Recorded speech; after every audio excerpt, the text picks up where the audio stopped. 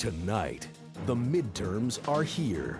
Voters are casting their ballots across the country in statewide races and ones that will determine the control of Congress and the future of the United States. Democrats are poised to face big losses in the House. The last couple of weeks, I don't pay attention to anything having to do with the polls. I just pay attention to what's happening on the phone and we're knocking on doors. And Republicans are in an uphill battle to take control of the Senate. Yeah, I think that there's probably a greater likelihood the House flips than the Senate. Senate races are just different. They're statewide. Candidate quality has a lot to do with the outcome. Candidates endorsed by former President Trump are on the ballot in 284 races. What power does the former president still hold over the Republican Party? And how will the redrawn congressional maps play out for the parties? With statewide races for governor in 36 states and competitive races for Senate, voter turnout is expected to reach record levels. But the issues at the top of voters' minds are different all around the country. The economy, abortion rights, crime, national security. What issue will drive voters to the polls? And how will the night end? We may not know for weeks. Decision 2022, presented by HPU Vision, starts now.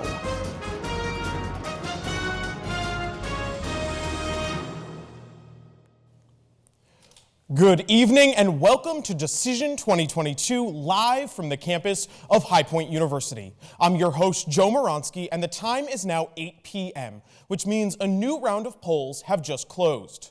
Polls in Alabama, Connecticut, Florida, Illinois, Kansas, Maine, Maryland, Michigan, New Hampshire, New Jersey, Oklahoma, Pennsylvania, Rhode Island, Tennessee, and Texas are now closed. Polls in 24 states have closed since 6 p.m. Eastern Standard Time, when the first ones closed in Indiana. And they're not just any states. They're some of our battleground states like North Carolina, Pennsylvania, Ohio, Georgia. But before we get there, just 2 years ago, HBU students, including myself, sat in this very building and put on our 2020 election night special. We covered the night for hours while wearing masks and ended it without knowing who won the presidency. Tonight, we're back in the studio and may not know who won control of Congress for weeks or even a month if the Georgia Senate race goes to a runoff. And even though that might be the same as 2 years ago, so much has changed since 2020. We're living through history. The economy is on the brink of collapse. Roe versus Wade was overturned. The border is seeing record levels of migrant each day. Crime is rampant, and all of these are issues voters will be going to the polls to vote on.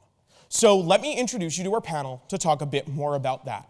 Tonight, I am joined by Riley Manion, Shreya Rana, Grant Hines, and Will O'Brien. Guys, thank you for being here. Let's get this show on the road. So what is the most important issue right now? We'll start with Riley, we'll go down. What is the most important issue going on facing voters in this country? Well, I think we have a lot of issues that need to be tackled, especially right now within our country. I think, especially with the recent overturn of Roe v. Wade, abortion is at the top of the list, and I think that that's something that needs to be tackled, especially going into the 2022 midterms. Shreya? There are so many issues, but I would say inflation, because it affects you from gas prices to going to the grocery store. You can't get away from it, and I think voters are really going to be feeling that. Yeah, you bring up such a great topic, and Grant, I want to ask you. Riley said abortion, Shreya said inflation.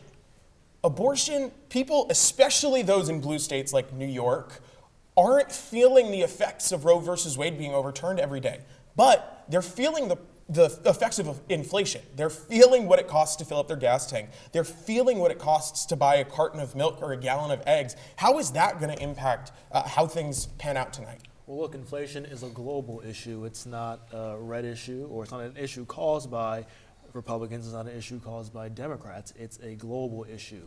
So no matter what socioeconomic class you're in, it's hitting everybody's pockets. Nobody likes prices that are higher. You know, who likes paying more for stuff? So this is definitely an issue that voters will have in mind when they go to the polls tonight, if they haven't already voted. So that will be interesting to see how that will shift the dynamic of legislators, governorships, and even Congress tonight.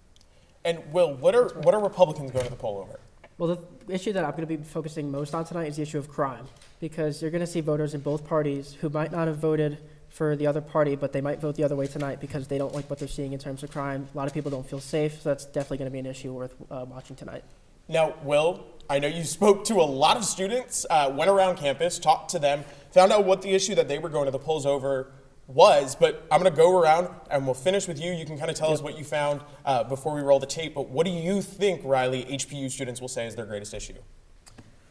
Oh, that's a tricky question. I think we'll have a wide variety of answers. I think we unfortunately might have some answers that say people will say they don't know or they don't really care about politics. So I think that we might get a balance of the things that we as the panel mentioned with abortion and inflation, but I'm more so concerned about the number of people that say they don't know what they're voting for and they don't know how important the midterm elections are, and I could say arguably more important than a presidential election, but I think a lot of students might be saying that they're not too sure. You bring up a great point, the difference between us as students who know about politics, are involved because of our journalism side, because of our politics interest, but a lot of people, especially young people, don't know that much. Shreya, what do you think HPU students will say? That's great. Riley brings up a great point. We do live in a bubble, and I actually think that HPU students would say abortion because that's something that we hear about all the time. It's blowing up our phones, it's blowing up in our classrooms, and because we live in such a bubble, I feel like that's the one thing that HPU students will know about. Yeah. Grant, what do you say? Well, back to my point of inflation, college students are notorious for being quote unquote broke. And so nobody likes paying higher prices for anything. There's some students here who thinks the president controls the gas prices, which is not true at all. And so I think HBU students will definitely have a lot to say about money in the current state of our economy. Will, we're going to see what you found, and we'll come back to you on the other side. I want to get your thoughts on how it went. So they said a lot, but yes, they did. Let's take a look. The midterm elections are here, and the results will be crucial in deciding not only which party controls Congress, but also the future of the country. I'm here in Slane to check in with HBU students and find out what issue is most important to them as they send in their ballots and head to the polls. For me, it's the access to health care for most individuals. I like to think about taxes when I vote and where my money is going to. I'm going to be looking at how honest candidates are through crime rates and what they're going to do with our prison systems. When I vote, I like to think about the children, the future generations, and what we can do to make the world a better place. Education. I would say abortion. Abortion. I'm thinking about abortion and healthcare in this midterm election. Well, a little bit of everything. Yes. Will, tell us a little bit about what that was like, what you found. So when interacting with the students, I found that definitely abortion and women's rights were the biggest issues. They can kind of be tied back together, but the third most important issue was education. I thought a lot of people took education pretty seriously, which makes sense because we're on a college campus. You bring up a great point. Education, when you're on a college campus and you're a college student, is obviously going to be a huge issue compared to somebody who has maybe paid off their student loans. I was actually surprised that a lot of people didn't focus more on inflation and on the economy, which makes sense because, as to Shreya's point, people kind of live in a bubble around here. So something to keep in mind. When you're not swiping your credit card, but you're swiping your passport for meals, it's a little bit different. So what do we think is going to be the driving force for Democrats tonight as they try to get voters out to the polls? They spent a lot of their energy on Roe versus Wade. What's the polling showing? Well, the polling is showing it might have been a little too much energy. That was over the summer. It looks like that effect might be dying off. Grant, was that the right strategy? Well, it can be because they have the chance to codify abortion rights into law if they win over both houses of Congress. Now they also have, I'm going to keep bringing up the economy. They have the economy because a lot of people think that they do have some control over the economy, but a lot of people think that they control gas prices, that they have this exorbitant all control over the economy, which they don't. They have to some extent they do, but they're not the one-stop shop. And so that's definitely a big selling point that they can use to try to gain back control of both houses of Congress. Yeah, and They definitely tried to codify Roe versus Wade after it was overturned. Shreya, was it too little too late? Should it have been an effort years ago when they had the majority to bypass the filibuster? Was that a missed opportunity all these years ago? Yes, definitely. So now they're definitely playing catch up. But I think it's also important to note that if you look at history, Democrats are going to lose seats according to history. So there's not much that they can do. I think that they definitely are trying their best, but it'll be really interesting to see how the polls turn out tonight. Yeah, you bring up a great point. The last time that the party in power gained seats in the midterm was 2002.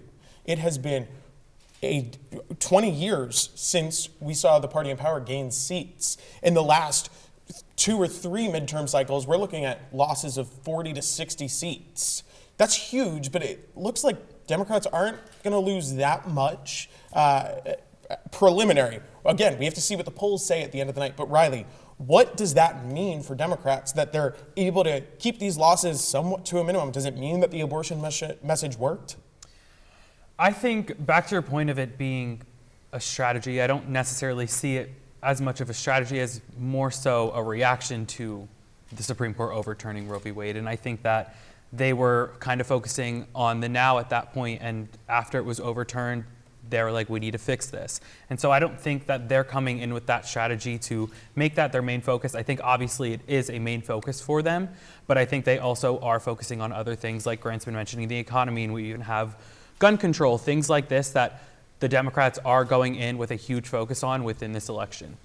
Would it have been better for Democrats if the overturning of Roe v. Wade happened closer to the midterms? You know, we had President Biden a couple of weeks ago tell a crowd of people, remember how you felt when Roe versus Wade was overturned, quite literally telling them, I realize you don't feel the same way anymore. Would it have been better if it was closer to today? Well, I think it would have been better if it never happened. But I will say I think you do bring up a good point with that being people kind of, it was a fire lit under them, and they should be forced to go out and vote because of something like that. And it is unfortunate that because it kind of died off, people might not be as inclined to go out and vote. So I do agree that if it did happen closer to Election Day, more people might have went out and voted. Will, I want to ask you something. A lot of the rhetoric leading up to the overturning of Roe v. Wade was, let's return that power to the states. That's right. People wanted the states to be able to make that decision, but we're seeing now some Republicans, Lindsey Graham most notably, introducing a 15-week national ban.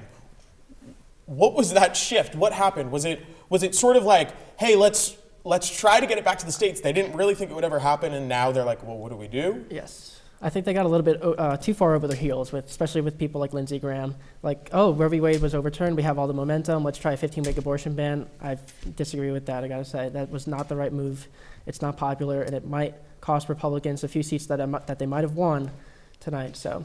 And that close to the midterms, too. Right. They waited until just a few weeks before the midterms. Grant, Even a lot of Republican strategists and voters called out Lindsey Graham, like, you should not have said something like this close to the midterms. Yeah, definitely. Grant, how does that play a role in tonight? The fact that he did this so close, it sort of brought back up those emotions. Oh, definitely. It's definitely going to get Republican voters energized to go out in the polls if they weren't already. But it also is going to get Democratic voters energized to get out in the polls. So it's going to be very close in seeing, or in terms of what issues are getting people out to the polls, what specific candidate may get them out to the polls. So the dynamics of this, it's going to be really interesting to see. And like I said, it'll be very, very close. You bring up a really good point. Shreya, I want to ask you, this is obviously abortion versus inflation are two of the really big issues overall. What is your take? I know you said you think inflation is going to be the big issue. Does it all go back to the fact that they feel it every day? Yeah, and I think that that's really interesting too, because inflation and abortion are like two different sides of the aisle, typically what people go and vote for. So it'll be very interesting to see what people feel when they go and vote and what's going to be the most important to them. Yeah, and it is. It's prioritizing. Yeah. What matters more to you? Will, what is going to matter more to voters? Well, just if I should rank them in order, well, inflation, the economy. Abortion was at the top of the list when it was overturned, but it's kind of gradually gone down the list. Democrats did get some fundraising that they needed off of the decision, and you saw some Democrats have a little bit of success in terms of their races. We saw a couple of races in California and New York go blue that were leaning red because of that decision. But in the end, it's, well, I'm going to have to see tonight how it ranks out because it's really anybody's game. Yeah, and how much blame do Democrats have? I know, Grant, Riley, Shreya have all talked about inflation is a worldwide issue right now, but a lot of what we hear from Republicans is, yes, it's a worldwide issue, but when Democrats are spending trillions of dollars, it only adds to the problem. What responsibility do Democrats bear for where inflation is today? I like some of it. You saw some of the bills that they passed, the American Rescue Plan, Inflation Reduction Act, the infrastructure bill that some Republicans voted for. No doubt that increased spending. So you see a lot of Republican candidates across the board that say if they go to Washington, they're just going to stop the spending. And once they do that, we're just going to reassess our assets, how much money do we really have, and try to spend more responsibly. And I think that's a good call for them. Now, I want to ask everybody here, big issue, especially in terms of spending over the last few days, the minority leader of the House, Kevin McCarthy, brought up sending blank checks, and specifically about Ukraine, talking about the aid that we're providing Ukraine. Do House Republicans need to continue to support Ukraine, or if they win, is that a non-issue with members of the party? Will, we'll start with you. I wouldn't say it's a complete non-issue. I think it would be very unwise of Kevin McCarthy to just say, like, not a penny more to Ukraine, because they're still in the middle of a war that is still contested, and we shouldn't allow Putin to just go uncontested the way he has. So it's not going to be the top issue, but we can't just, like, stop our momentum, like the momentum that we've built over these past couple months. Grant, I'm curious.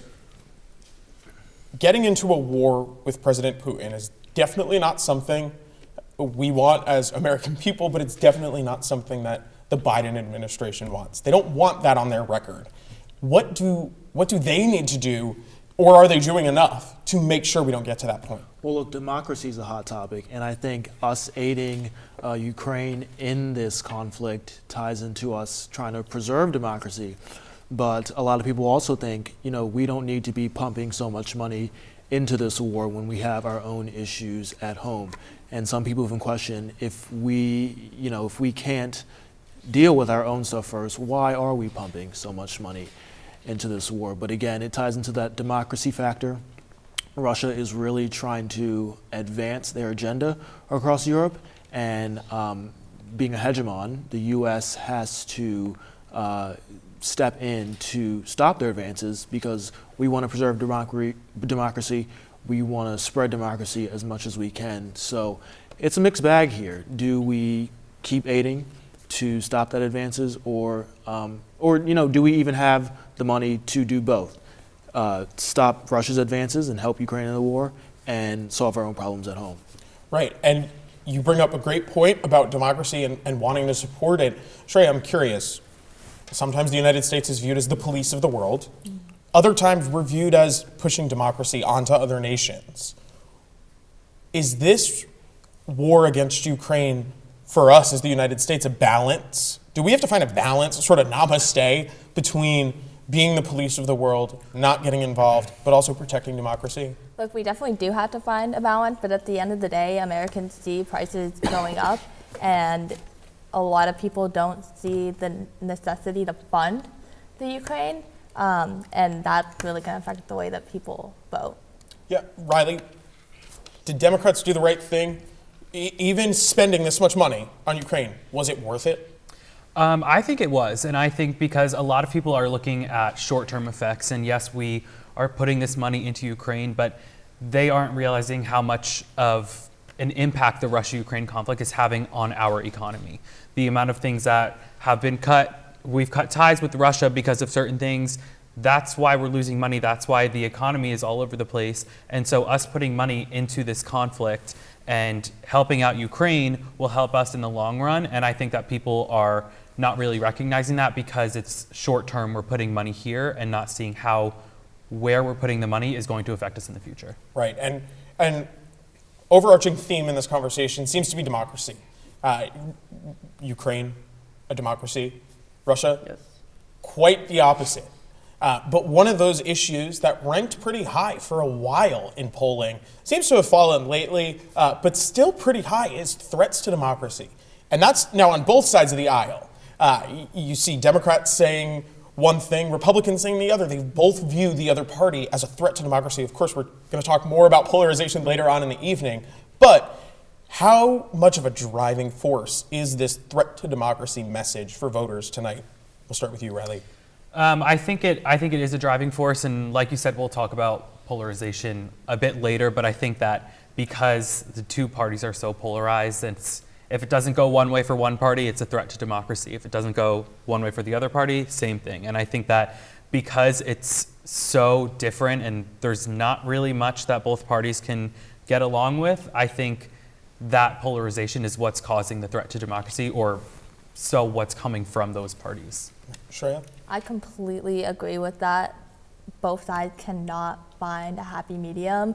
And what does it mean, a threat to democracy? I don't think a lot of people can tell you what that means to them. It's just kind of like a buzz phrase that they use to try to get their way. So I think it is a huge driving force, but people don't even know what it is. And even if they could give you a definition, it's probably different for everybody. Yes. But Grant, I'm going to ask you, just yesterday, or we heard the former president, Donald Trump, say that he is making a big announcement on November 15th at Mar-a-Lago. The week prior, he said he was very, very, very, very, four verys, probably going to run in 2024. One, do we think that announcement's what we really think it is? And two, does he play a role in this threat to democracy message? Well, look, he's announced that he's going to do it on different dates, so who knows, it might change again before that. And maybe he's just trying to energize voters before the midterm, or I guess now during the midterm. So he might announce tomorrow or in 3 days that he's not going to make that announcement anymore. But who knows? You know, polls talk, Donald Trump talks, but we don't know what's going to happen until it actually happens. And so to your question of democracy, does he play a threat to democracy? Some Democrats may argue yes, because of his role in the January 6th riots. Republicans might say no, because some might think that the election was stolen and that he won the election. And so when it comes to threats to democracy, I think when you look at the majority of Americans, they will say yes, he is a threat to democracy because of the role he played in trying to overturn some of our institutions and still trying to overturn some of our democratic institutions. Yeah, and will at least 284 races have endorsements by President Trump tonight. Mm-hmm. There were even more during primary season, and more that have come in the last 24 hours. That's why we have to say at least, because you can't keep up with all of them at this point.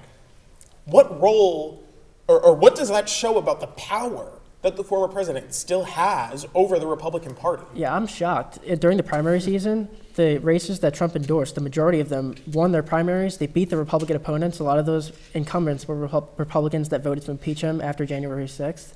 So, but the thing I am interested in seeing is the feud between Trump, if he's going to announce a week from today or tomorrow, whenever, between Trump and Ron DeSantis of Florida, because they seem to be going out a little bit for the White House in 2024. But in terms of threats to democracy, Democrats saw Trump as a threat after January 6th, and Republicans saw Democrats as a threat because they thought that 2020 was not fair. But we'll see where it goes from here. Well, we're going to come back to this panel. They will be here all night to talk about everything that's happening. Like I said, we'll be back throughout the night. So we're going to turn now to the key races and take a look at some of these and the key facts about House, Senate, and gubernatorial races throughout the night. So we've got a whole bunch of races that we're really looking at, and a lot is at stake. 435 House races tonight, 435. The current split, 220 to 212. Democrats hold 220 seats, Republicans hold 212 seats. Now, every 2 years, all 435 seats are put up in the House. The Senate, a little bit different, but we'll get to that in a second. That means Republicans only need a net gain of 5 seats to take the majority. Net gain, that's important. If they lose some seats, they're going to have to win some more. But 5 seats. That's all they need to take the majority. Retirees are playing a huge role in this, though. We have 22 Democrats retiring and 12 Republicans retiring. A lot of the Republicans retiring are retiring because they spoke out against the former president and knew they wouldn't win their primary. Example, Adam Kissinger. He's on the January 6th committee, spoke out very aggressively against the former president, decided it was probably time for him to retire. On the Democrat side, we have people who were just fed up, they were done, they were tapped out. We also have some people who retired due to their age. So it's a little bit of everything, but the retirees play a huge role tonight. Where is that race going to go, especially for incumbents who had that seat for years and years and years? We have some members who have had seats for over 2 decades at this point. Who's going to take that seat next? Is it going to stay the same party? Is it going to change? Because realistically, there are districts that only seem to be a strong blue or strong red district because of the incumbent. People like the incumbent. It's very possible that some of these seats flip tonight. Let's take a look at a little bit more about the GOP's candidates tonight. They are the most diverse field of candidates to date. Currently, there's 2 black House GOP members, but 28 candidates on the ballot tonight. That is a huge growth for the GOP. 2 Asian members and 13 candidates, 11 Hispanic Latino members, 33 candidates, and 2 Native American members, 4 candidates. That is a much more diverse GOP. That is a much more diverse field of candidates. We saw after 2020 people asking for diversity. We see the Republican Party now stepping up and saying, we can give you that. Let's take a look at the Senate. 36 races tonight. Usually there would be 33. About 1/3 of the Senate is up every 2 years. Those terms are 6 years. However, we have some members who retired, some members who passed away, and so therefore we get that 36. But 50-50 split. 50 Democrats, 50 Republicans. That tiebreaker, the Vice President, Kamala Harris. She is the only thing that gives Democrats the majority right now, which means a single seat will get Republicans that majority. They don't need to do much. There's some really tight races we're watching tonight for the Senate that are going to take a while to get results in. Realistically, we might not know the control of the Senate until early December if the Georgia race goes to a runoff. We'll talk a little bit more about that later. Paths to the majority for the GOP. Let's take a look at some of the scenarios.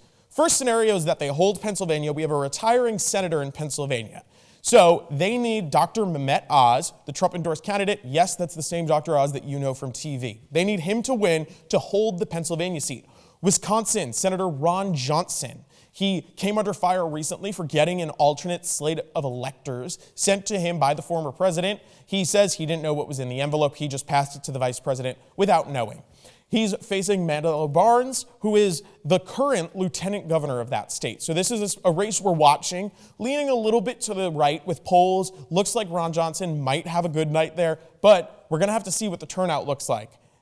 If they can hold both of those seats and flip Arizona, Georgia, Nevada, or New Hampshire, they would only need to flip one of them, they have the majority. However, if they lose Pennsylvania but hold Wisconsin, this is a scenario that is probably the most likely based on polling. But after that debate, John Fetterman fell in the polls and Dr. Oz shot up a little bit. They would have to flip 2 seats, so a little bit more. Or the last scenario is if they lose both, they need to flip 3 seats. That is when we're getting into a little tougher territory. If we see Ron Johnson lose his seat tonight in Wisconsin, we're going to have to pay much closer attention to the Senate because it could be that we don't have a 50-50 Senate, but a 51-50 Senate. That's not the most likely scenario. The most likely, like I said, is going to be to see that 50-50 or a 49 seats for the Democrats as we wait for that Georgia runoff, which we'll talk a little bit more later. Path to the majority for the Democrats, they need to hold on to all 4 of these seats. They need to hold on to Arizona, Georgia, Nevada, and New Hampshire. They cannot lose a single one or they lose the majority unless they flip Pennsylvania or Wisconsin. It's going to be a long night, a tough night, and like I said, we might not know where this ends for weeks. Governor races, we've got 36 tonight. Not complete coincidence, no correlation between governor and Senate. It just so happened that we got 36 this year.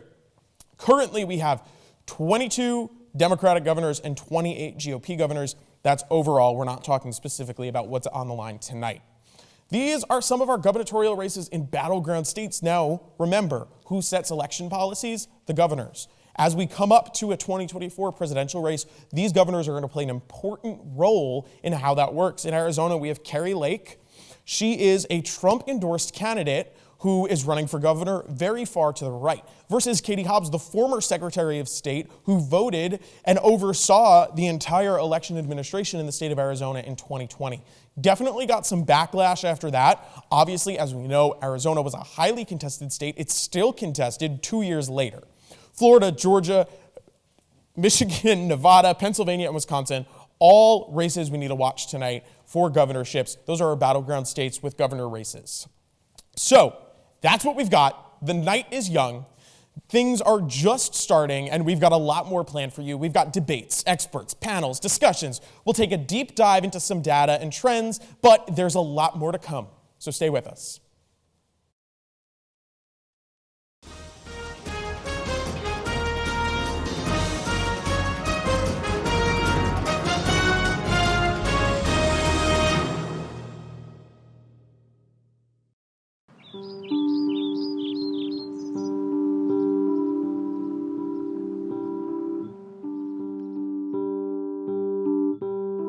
The lines stitched into highways, the never-ending seams, on roads that are less traveled, dividing you and me. I wish I could unravel the fabric in between to bring you close to me. Honda, the power of dreams. High Point University is the premier life skills university, where student transformation is focused on personal initiative and extraordinary career outcomes. Employers value HPU's real-world preparation. Students love unprecedented access to global leaders on High Point's inspiring campus. And parents appreciate HPU's God, family, and country values. Choose to be extraordinary at High Point University.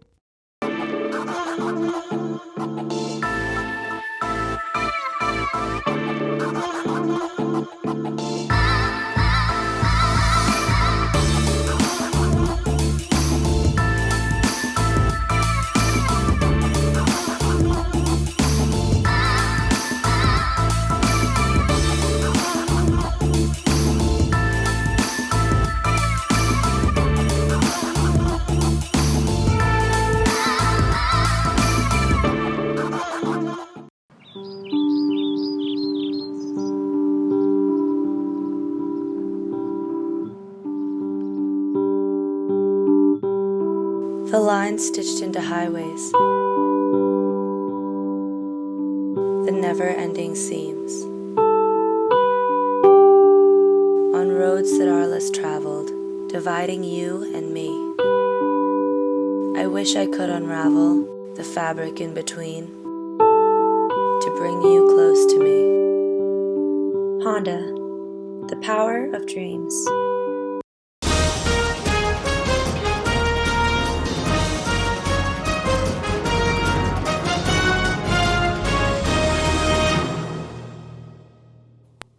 Welcome back to Decision 2022. I'm Joe Maronski, and we've already got some of our first results in from the night. Gen Z officially has a seat in Congress. Maxwell Alejandro Frost out of Florida's 10th district has won his seat. That was to be expected. That's a pretty blue-leaning seat, but that means that we officially have a member of Generation Z in Congress. Interestingly, Ron DeSantis, Florida governor race, winning by 29 points in Miami-Dade County. That's a district that Hillary Clinton won by plus 29.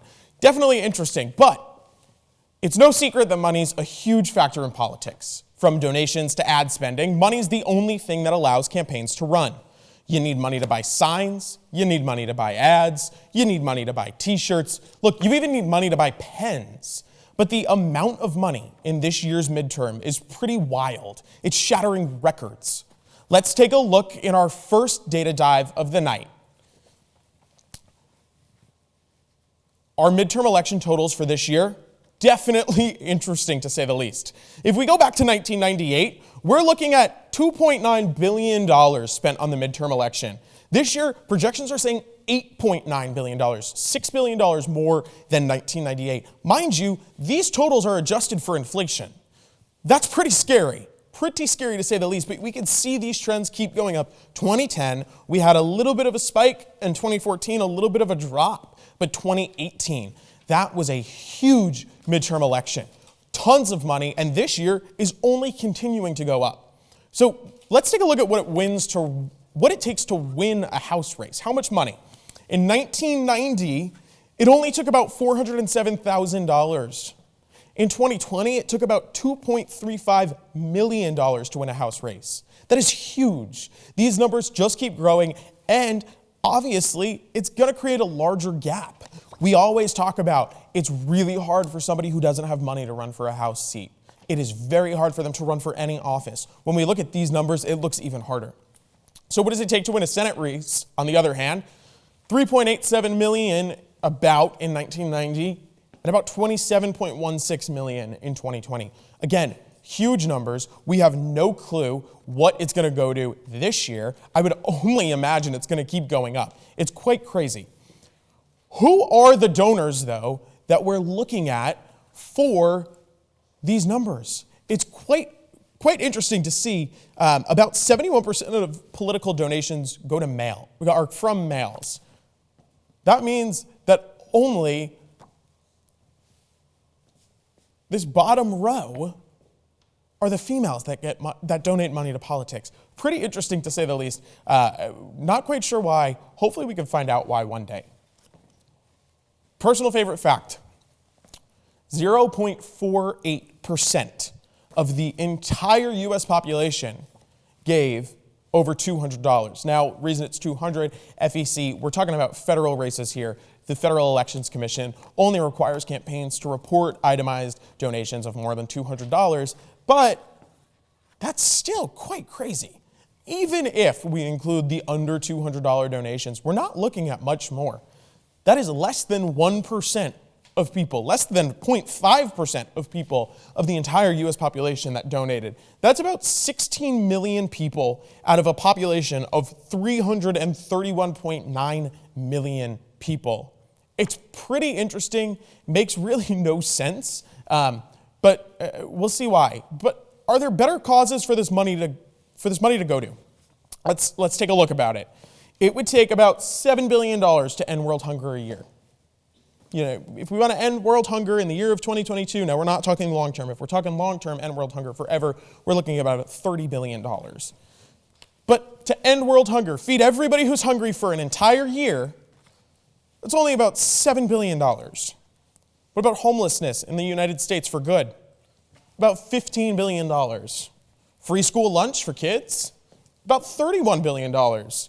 Campaign money in the last 4 election cycles, $40 billion. So, can that money go somewhere else? That's for you to decide. It's your money. Where do you want to donate it to? Those causes, campaigns, it's completely up to you. We're not here to tell you how to use your money, just to point out the fact that it's a little interesting when you look at it this way. Halloween spending in 2022, $10.6 billion. Let's put it in perspective. We're looking at $40 billion in the last 4 cycles, and almost $11 billion from Halloween this year alone, on candy, on costumes, on decorations. So realistically, compared to what we spend on holidays like Halloween, we're not looking at huge numbers, but I would make the same argument. If we can spend $10.6 billion on Halloween, what happens if we direct it to a different cause? Definitely an interesting question to ask. State legislators and governors play a much bigger role in politics than people realize. Ballot drop-off is real, but you really should be voting all the way down your ballot. Our Mitchell Blanda took a look at the state legislator and governor races happening today. Hi, I'm Mitchell Blanda, and I'll be discussing the state legislatures and governor races today. I will start with the state House races. Currently, Republicans have a majority in 30, while Democrats hold a majority in 18, with one of which being a toss-up, that being Alaska, while Nebraska does not have a state House. Republicans are set to gain a majority in at least one additional state, which is Alaska, while Minnesota and Maine are set to become toss-ups, which are currently controlled by Democrats. This leaves Republicans controlling 31 state houses, while Democrats control 16, leaving Maine and Minnesota as toss-ups, meaning Democrats have more of a potential for loss here than Republicans, with both toss-ups currently being held by Democrats. Now we move on to the state Senate, where Republicans controlled 31 state Senates to Democrats 18, with Alaska being a toss-up. Both parties should retain the same amount of state senates, however Alaska is set to switch to Republican while Michigan becomes a toss-up. Now on to governor's races. Republicans currently control 27 governorships, while Democrats control 22, while Alaska has an independent governor. In the 2022 midterms, Republicans are set to pick up Alaska and therefore increase their total governorships to 28, while Democrats are set to retain their 22. Overall, with all these state races, it should be an exciting election night to follow. Thank you, I'm Mitchell Blanda, signing off. So as Mitchell showed, state legislator races are going to be super important this cycle. Every state's different and every legislator is different. And it's these legislators that make many of the laws you and I complain about every single day. So let's take a look at what some of these state legislators can do in our next data dive. Issues that states handle. The newest issue is going to be abortion rights, followed by gun rights, redistricting, transportation, economic decisions, voting laws, education, criminal justice. These are all issues which state legislators deal with. Obviously, some of our big ones are abortion rights, gun rights, voting laws, education. These are all really important ones, but there's a host more of issues. In New York, we talk a lot about bail reform. That is where this came from the state legislator. When we're talking about voter ID restrictions, those are coming from the state legislature. So if you want more voter ID restrictions, vote for your state legislator races. If you want less, vote for your state legislator races. Let's look at abortion rights. Where's abortion banned? This map is where? 18 states. 18 states that have a ban, okay. 10 states have a ban that was blocked by courts, which means most likely we're going to see another ban coming up at some point. They had one, the courts just deemed that it wasn't allowed. 22 states have abortion either completely legal or legal with some sort of limit. Gun laws. Our blue is going to be the most gun-friendly states, whereas our red is going to be the least gun-friendly states. You can see we are all over with what we're doing. Obviously, up north, as we get into a lot of those blue strongholds, Maine is really one of our battlegrounds with the way that they do their electoral college votes. They can go to multiple different candidates, so it's one we watch closely in a presidential election, but largely pretty progressive in comparison to, say, Texas, where we have very, very gun-friendly state and very little restrictions. New York is an interesting one to look at. That Supreme Court case happened just this summer, where the Supreme Court said that the New York gun law was too restrictive. The governor called an emergency session of the state legislature into session to talk about it. So it's all over the place. Voter ID laws. 7 states have strict voter ID laws and 17 have no voter ID laws at all. We have all over the place from you have to present your passport, you have to present your license, you have to present some sort of voter ID. Who makes those? State legislators. When people drop off, they stop voting for state legislators. They vote for the first 2 or 3 races and then just stop and submit their ballot, leaving those blanks. We get lower turnout in these races, and in reality, they're doing a lot more than you think they are. So we're going to head over to the panel, get a little bit of information on what they think about the importance of state legislators. So, guys, why are Republicans having such an advantage in terms of state legislators? We saw they have a lot more state legislators than Democrats. Why? Riley, what do you think? Well, I think a lot of it comes down to, we have more Republican states, and because our blue states are bigger and we have California and New York, they're more populated, but I think because we have more Republican states, when it comes down to it, that's the reason that they're more in control. Right. You bring up a great point. They have more population. They have more electoral college votes. Shreya, do you agree with that? I agree with that, and I also think it's really interesting, especially when Roe v. Wade got overturned, seeing how many states were affected and people were so shocked, and I think that lends exactly to Riley's point that there are more Republican states. Right. We talk about trigger laws, for example. These laws that were on the books from the 1800s, the 1900s, when abortion was legal, when Roe versus Wade came down originally, they were deemed illegal laws, but they stayed on the books. They weren't removed from the books, and they went right into effect. Grant, how does that play a role in these things, that these states with state legislators, either Republican or Democrat, for years and years and years, that have these laws on the books? New York, it's a blue state where their gun law was just strucken down. If that ever changed, if the case ever changed, that gun law would come back into effect unless they get it off the books. Yeah, so that all ties into voter turnout and voter information, people think the buck stops with the president and Congress, but no. Most of these laws, they start at the state level. Marijuana legalization, abortion, like all of you were just talking about, that stuff comes down to the state legislators. It's your state legislators who are making those decisions, and that's why it's important to vote in every single election. And even below the state legislator, some laws are restricted to cities. I know bigger municipalities like New York City and Los Angeles have laws that are only confined to that city. Minimum wage, for example, the minimum wage in New York City might be higher than other places in the country because their minimum wage law is a lot higher. And so I think it comes down to the issue of voter information, what's on the ballot, who's on the ballot, and media attention as well. These state legislators and these city councils and all these smaller positions should be getting recognition. You bring up a great point. They should be getting recognition, and it brings up the conversation of ballot fall-off. People who literally just stop voting because they don't know enough about those races or they don't feel like it's going to impact a lot of it. Will, I'll ask you, what are Republicans' main goals with state legislators? They have so many. What do we expect them to do this year? Well, I like how you said that a lot of laws that people will complain about, they think it's at the federal level. Like, oh, I voted at the federal level, and why is nothing changing? The secret is the state legislatures. And it's true that Republicans would have more, and their priorities are abortion rights, loosening gun laws, stuff like that. But what's really interesting to me is something I've noticed a big trend over the last couple of years is voters are really starting to make the initiative to move accordingly. So if you're a Democrat in a red state, you're going to move to a place like California or New York. If you're a Republican voter in a place like California or Illinois, you're going to move to a place like Texas or Florida. So even if you don't like who's in charge in Washington, you can still live in a community that supports your values. So I think that's really important. Yeah, I mean, you bring up a great point.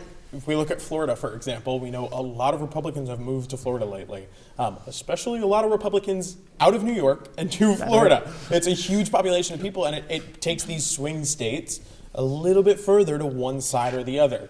Or even states that were once safe blue or safe red, you're seeing the migration, and they're starting to become a little bit more purple. Right, and it brings up, again, the conversation of polarization. We'll get to that one later. That'll definitely be an interesting discussion. But one last question before we head to a break.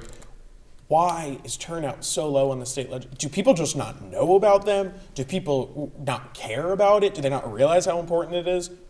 I think, like I mentioned earlier, a lot of people are focused on presidential elections, and they think politics is voting for who's going to become president. And like we've all mentioned, they think everything falls under the president, but they don't realize how much power the state has and these state legislatures have on what's happening in their everyday lives. And I think a lot of these issues that people feel passionately about, whether you support the legalization of marijuana or you don't support it, in a lot of states, that's on the state legislatures and that's on your ballots. But people aren't going out to vote because they think that everything's kind of under the president. Shreya? I think the media is really to blame for this because the media plays into this narrative that the big races and the federal offices are the ones that control everything, but that's so false. And I think that people need to educate themselves more, but also it's hard when you turn on the news and you're only told that the big races and the big names are things that matter. And I don't think that a lot of people could even name who their state legislators are. I know I can't, and I think that has a big thing to play into it. You bring up a great point. I don't think a lot of people could do that. I just asked a question in the American politics class that I supplemental instruct yesterday. I said, who knows what tomorrow is? How many of you know what tomorrow is? And 11 students out of 25, I think, didn't raise their hand. They didn't know what today was. They didn't know today was election day. I said, I'm not asking. A couple of them yelled out Tuesday. A couple of them yelled out November 8th. I said, yes, it is November 8th. Do you know what that is? 11 students didn't know about it. How much is not knowing to blame for people A, not voting, and people B, not voting in state legislative races? Well, information or a lack thereof. When you turn on the local news even, there is focus on just Senate races, the president, Congress. There's not a focus on these small races where people's lives are much more affected. I'm sure that the average citizen right here in North Carolina is more concerned about crime or whether there's potholes on the road than abortion, because maybe they recognize that abortion is something that's going to be stagnant for now. There's not a lot that can be done. And so if they're focused more on these local races, and if they're more informed on these local races, then they can vote to actually make a difference on issues that affect their everyday lives. Will, how do we fix it? How do we get more people to turn out and vote in state legislative races? I think a lot of it comes down to, I'm just thinking about hearing everybody else's conversation, is how people consume media. So if you look across different outlets, across different channels, you'll see tabs. Let's take a presidential year, for example. You'll see presidential results, Senate, House, gubernatorials, and then it just kind of drops right there. You don't see any state legislature results. And part of the reason why is because there's 50 of them, and people live in different places. It's not a big priority. So I think in terms of voter drop-off, like they'll vote for the presidency, the Senate, House, whatever, and then they just stop. I think if people become more aware of that, they can vote down the list, and then they can start to see some of the policies that they want put into place. Oh, there it is. So debates were a big topic this year. Candidates in competitive races like the Pennsylvania and Georgia Senate races debated, while other candidates, like in the Arizona governor's race, refused to share the stage with each other. When we come back, we'll have a debate between two High Point University students. Stay with us.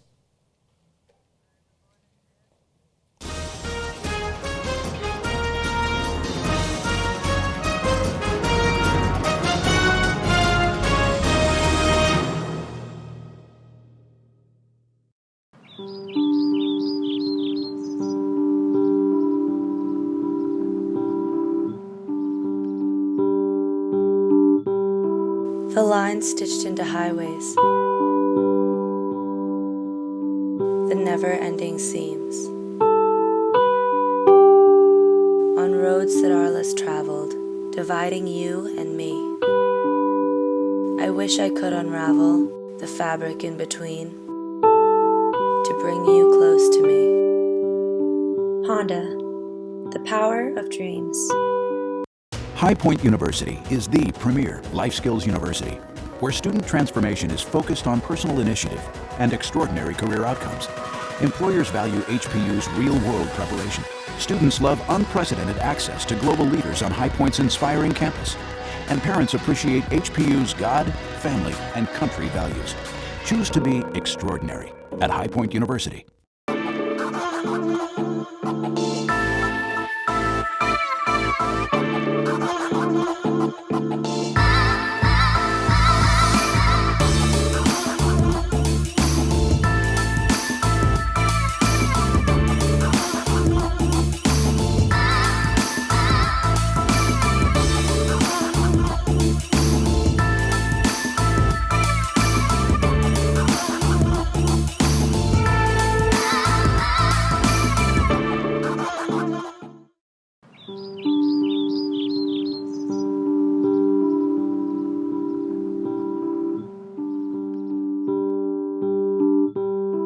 The lines stitched into highways,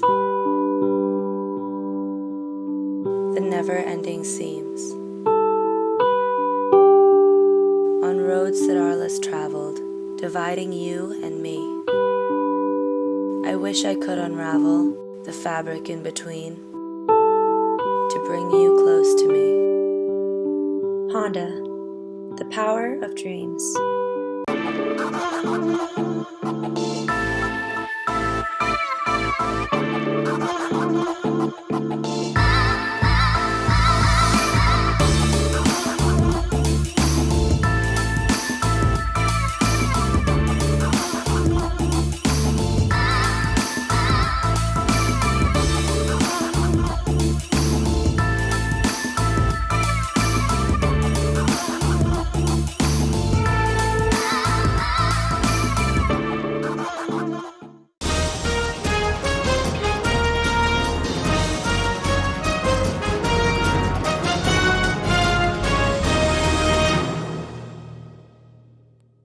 Welcome back. We are here with two students who are joining me now for a little debate, a little conversation, discussion about a lot of things going on. I'm joined now by Haley Hill, president of the High Point University College Republicans, and Kima Leonard, president of High Point University's National Pan-Hellenic Council. Guys, Thank you both for joining me. I really appreciate it. I know you both are probably busy watching a lot of stuff tonight, trying to see what's going to happen. So we'll jump right into it. I'll start with you, Kimo. What is the most important issue today for voters and why? Well, you know, Joe, if you asked me this question a couple months ago, I would probably have to say, oh, abortion, because of the fresh overturning of this United States Supreme Court of Roe v. Wade. But when you look at the data, when I looked at a poll from Hart Research, in fact, it actually shows that is more like third and fourth place. And what's really on voters' minds right now is the state of the economy, jobs, and the cost of living. And so that's what I think what is on voters' minds now as they head into the midterms today. Haley, what do you say? It's the economy. People can't afford what they usually could. People are struggling, especially those lower class individuals who don't have as much money to spare. It's very bad. But I also think abortion is definitely still a hot topic, and I know it's something that I look for in a candidate. So. Yeah, and we talked about earlier with our panel, the fact more than anything that, yes, abortion is a huge issue, but that's not something that people are thinking about every single day. They're not feeling it every day. In a blue state, you're not going to feel the effects of Roe versus Wade getting overturned, but you are going to feel the effects of putting gas in your tank. What do you think on that one? Yeah, no, absolutely. I mean, it's like $90 at some point for me to put a full tank of gas in my car. So it's hard, especially for us college kids. You know, it's very difficult. Kima, I'm curious, if Roe versus Wade was overturned closer to the midterms, closer to where we are today, would we be looking at a different outcome? I think yes and no. No, in the sense that whichever party will take control of the House and the Senate will remain the same, which I think in both cases would be the Republican Party for the 2022 election. But yes, in the sense that there will be a couple seats dropped here and there, gained here and there by the Democratic Party.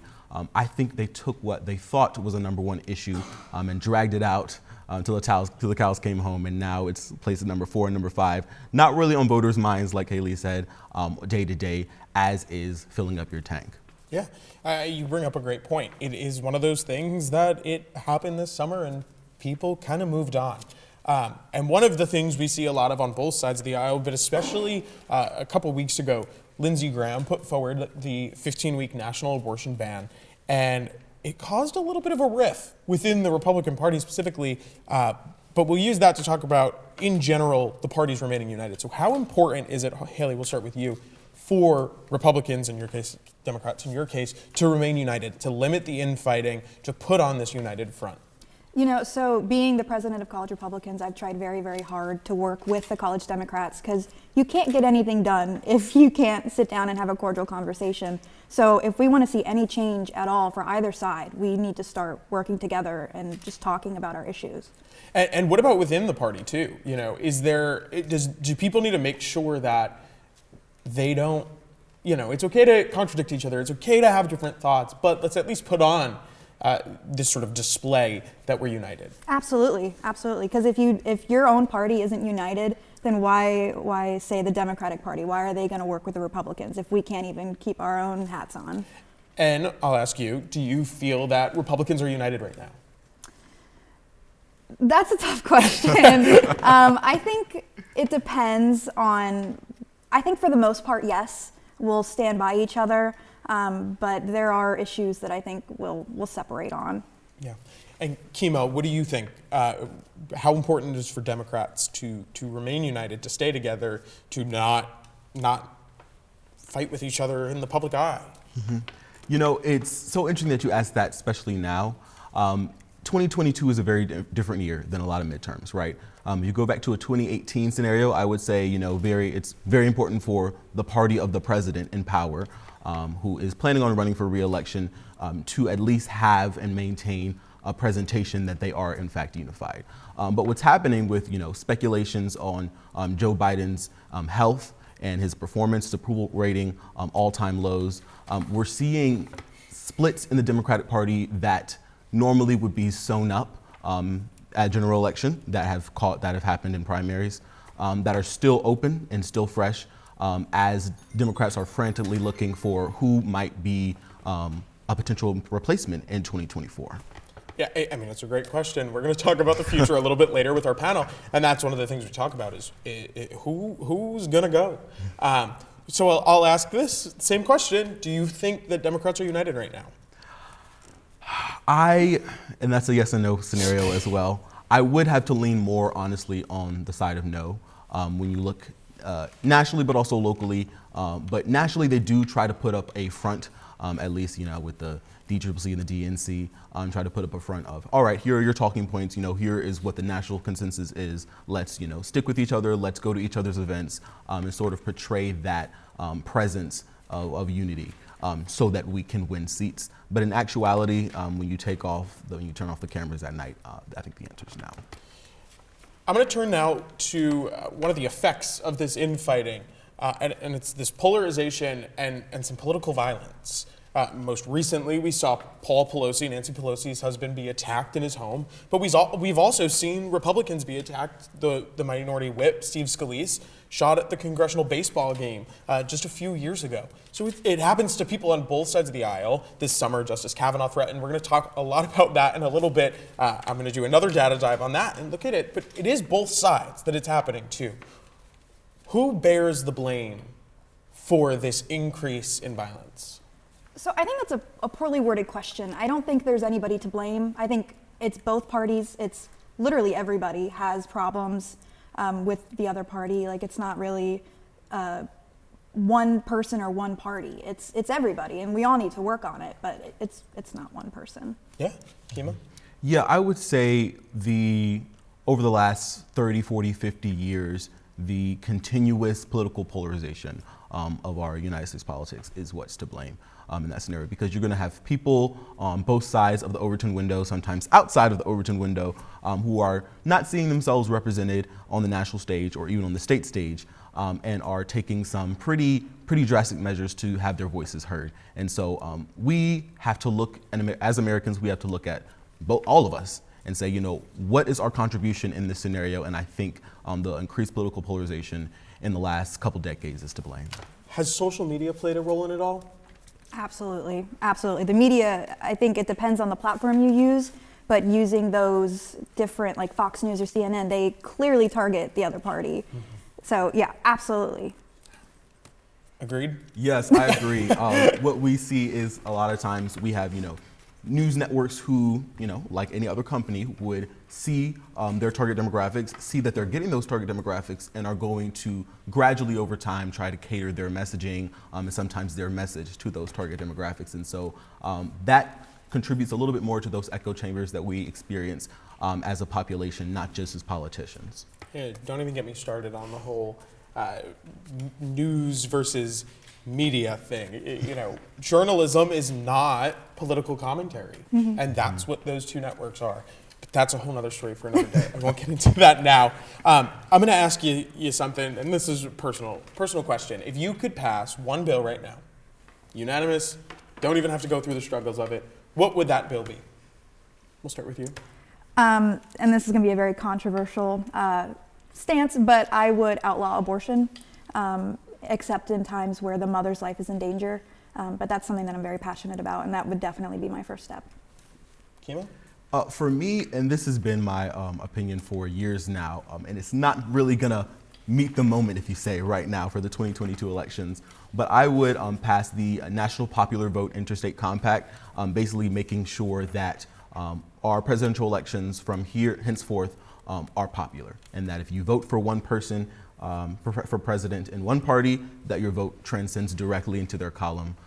Still state-controlled elections, but they give their mass totals to Congress, and then they calculate all the votes and see who gets the popular. Another thing that I would add to that is ranked choice voting, which I'm a huge advocate for elections that have more than two candidates, which has been every election that I've been part of. So, yeah. I'm curious, actually, on the topic of ranked choice voting. We were talking about polarization just a second ago. What we have seen, especially this cycle, and in states like Washington State, which has ranked choice voting, Alaska, which just implemented a top three system, I believe Alaska went to, is we see more moderate candidates getting elected and put on the ballot. In the case of Alaska, the first time they used it was the primary, so put on the ballot. We see these more moderate candidates.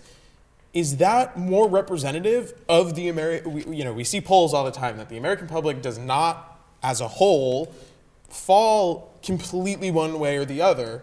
But that majority falls in the middle. Does ranked choice voting cater to that middle? I would say it does, absolutely. As we become more politically polarized as a nation, our two parties spread further and further apart.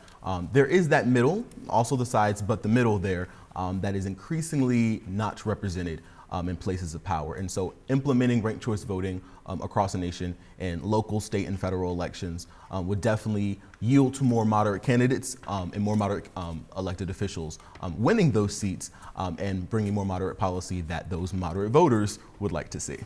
So it caters to the moderate voters. Is it a good thing? Is it a bad thing? Is it something that every state should deal with on their own? You know, I think if it's helping people get their ideas heard, absolutely, it's a great thing. I'm all for it. Yeah. We'll have to see where that one goes. That'll be an interesting trend to watch, and Yeah. it is interesting to see these more moderate candidates get elected that way. Question for both of you again, more on the personal side of things. If you could send, with your vote, a message to Congress, what would your message be? I am a firm believer in maintaining your rights as a person. I want Congress to know, like, we, as an American people, we want everybody to be treated equally, everything like that, but also, like, don't infringe on our rights. So. Yeah. What would your message be? I would say listen to your constituents because they're the ones that got you there, right?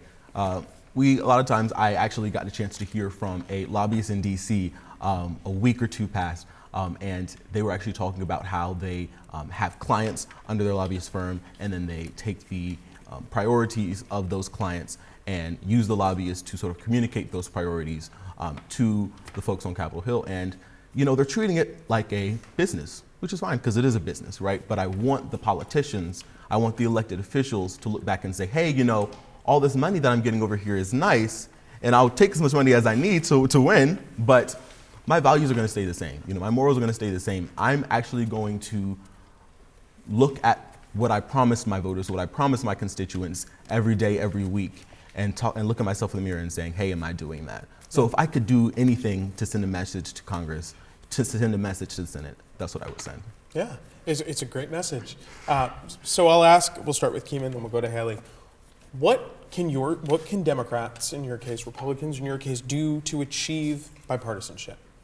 Yeah, I would say Democrats especially, a lot of times they get so, I like to think, sometimes I look at the Democratic Party nationally and I say, wow, you know, we have a really big victim mentality when it comes to elections. Like, we're not very, you know, aggressive when it comes to our seats, when it comes to our constituents, when it comes to fighting for what we know they believe.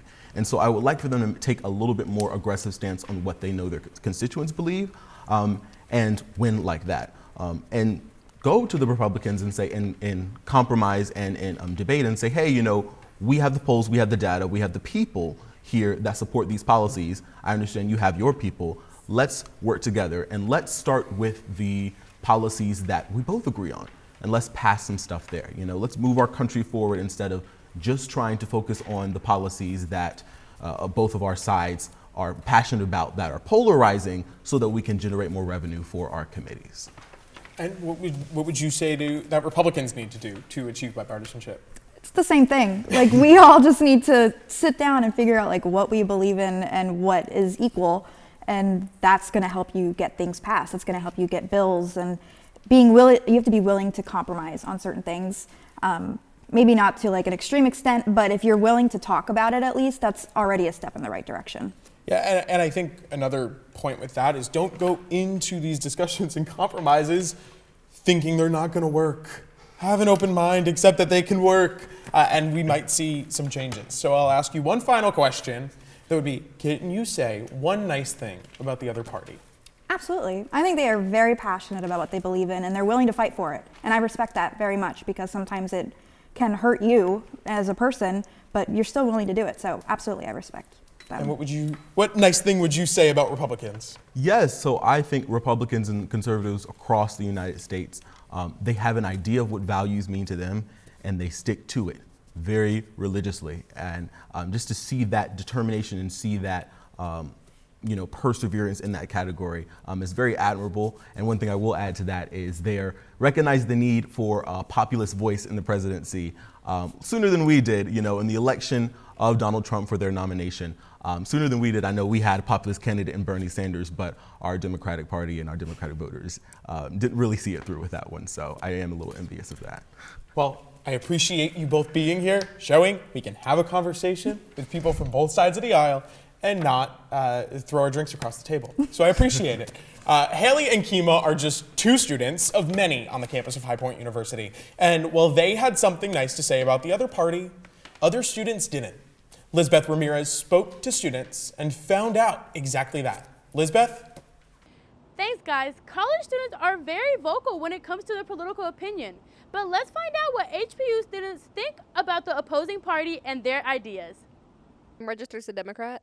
Okay, say something nice about the Republican Party. I will not. I've got nothing nice to say. So I'm registered as a Republican.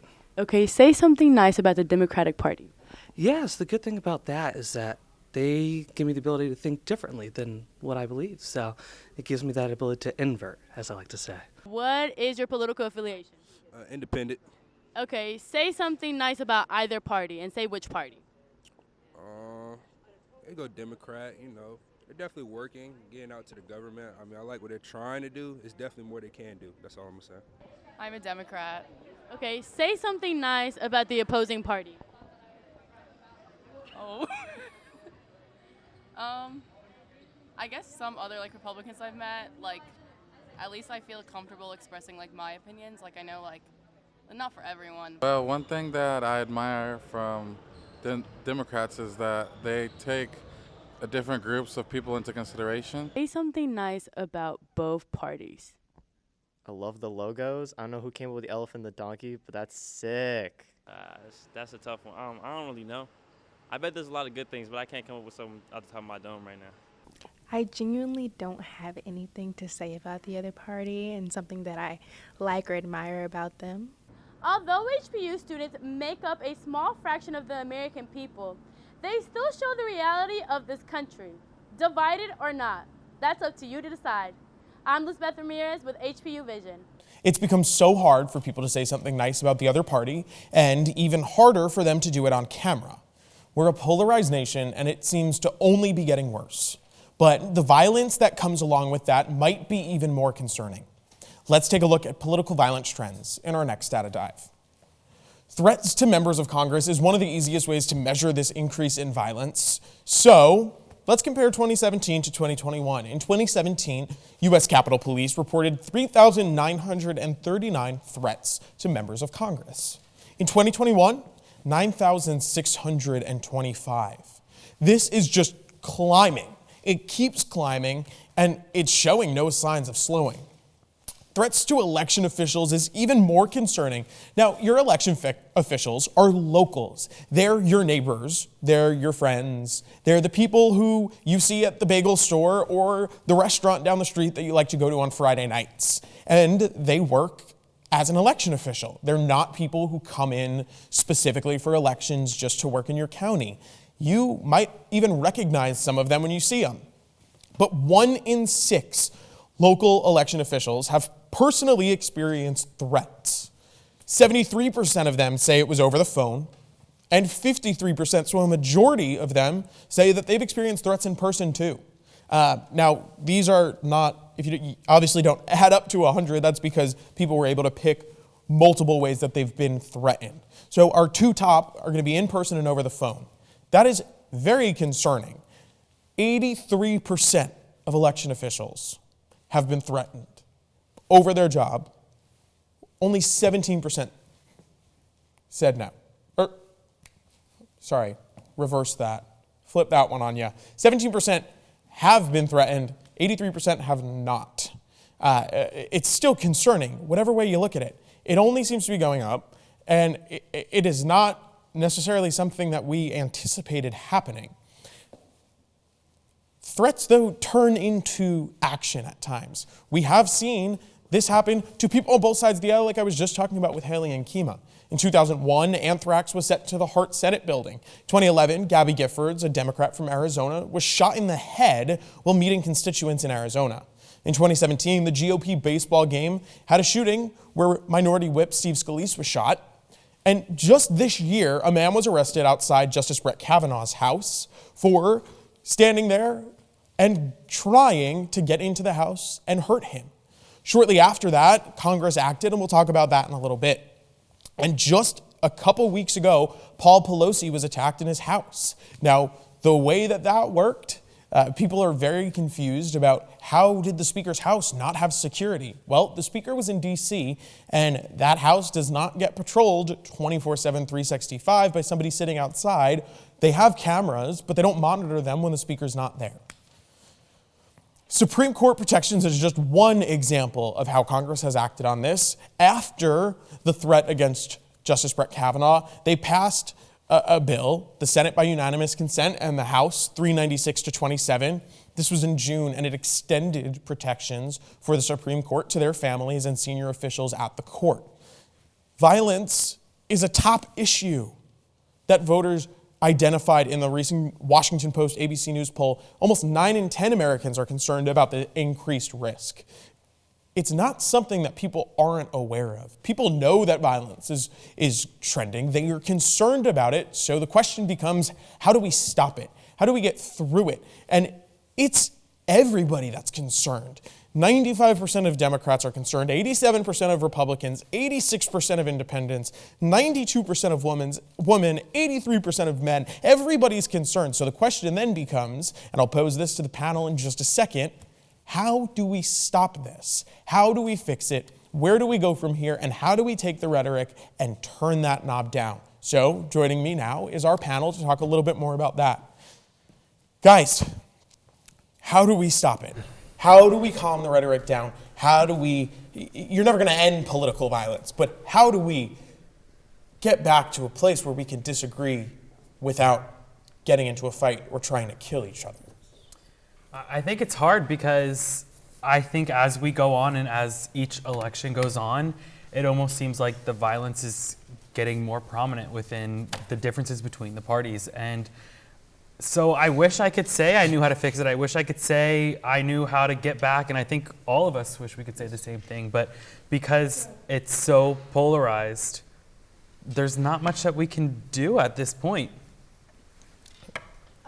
It is so hard because, like Riley says, it does get worse. But I think it's really important for the people who are in power to be at peace with each other and not fight amongst each other. And then when acts of violence do occur, it's really important for the party to condemn it, even if the person was acting on behalf of that party. And I think that would really help. I think talking is the first solution because a lot of people don't realize when you talk something out, you can get stuff resolved. So that's a fantastic first step they can take. The other thing is compromise. A lot of Republicans, Democrats think that they have to have it totally their way or totally the other way without any compromise. And this not only stems from violence, it's about not getting stuff done in Congress as well. So we aren't getting stuff done because we think it needs to be totally this way or totally that way. And if we compromise on some things, we're never going to totally agree with each other. That's never going to happen. It's never happened in the history of this country. Outside of politics or anywhere in the world, two people have never fully agreed on anything. That's just the way life is. And so if we just talk it out, compromise, and find a solution that, who knows, may benefit one side more, that is an exorbitant first step. I would say that the most important step is to always remember the upsides and the positives even when you lose. So in 2016, when Trump won and Republicans took control of Congress, I think it was important for Democrats to just take note, okay, we have 2 years, we might not agree with everything that's going to happen, but within these 2 years, voters are going to swing back to our side, they're going to come back, and then obviously 2018, it was a pretty good night for Democrats. In 2020, when Democrats took control of everything, yes, Republicans didn't like what Biden did, but now here tonight, voters have had 2 years to swing back, and now that's the natural system of our politics. It's supposed to work like a pendulum. One side goes too far, they bring it back, and vice versa. So I think if we just keep that in mind, remember the positives, we'll be okay. Shreya, you touched on this a little bit, but it's something that I am shocked by every time, how long it takes some people to just flat out say, hey, this is wrong. Yeah. You shouldn't break into somebody's house and hit them with a hammer. It shocks me how long it takes people to condemn, on both sides of the aisle. Yeah. It shocked me how long people took to condemn the threats against Justice Kavanaugh and his family. What do leaders need to do better in that realm? We'll start with Will. Well, I'd say that, back to my original point, I think that leaders have to control the extremes in their parties. So when somebody openly calls for, maybe not explicitly for violence, but action for others to be taken against whoever, Justice Kavanaugh, Steve Scalise, pick somebody, I think you just have to, it's important for the leaders in charge to reach out to them and say, that's not allowed, you can't do that. We have to preserve a little bit of civility here. Shreya? I think it's having a moral compass and sticking to it, which is really hard to do. And I think that sometimes leaders see these acts pushing their political agenda, and even though they know it's wrong, they decide to be silent about it. So I think that it's about electing people and people who actually are genuinely good people running for office. So I think it starts at something so simple. Riley? And I think that if a leader doesn't make their main priority of running to get reelected, and they kind of stick with what Shreya was saying with having those morals, whether your party's the one that's doing it or not, you need to be able to condemn those actions and say that they're wrong. So if you're a Democrat and somebody from your party's going and standing outside of Justice Kavanaugh's house, you need to step up and you need to say that this is wrong. And I think a lot of people in politics, especially higher up, are afraid to do that because they don't want to lose votes. They don't want to seem like they're caving, and they want to be the strong representative for that party.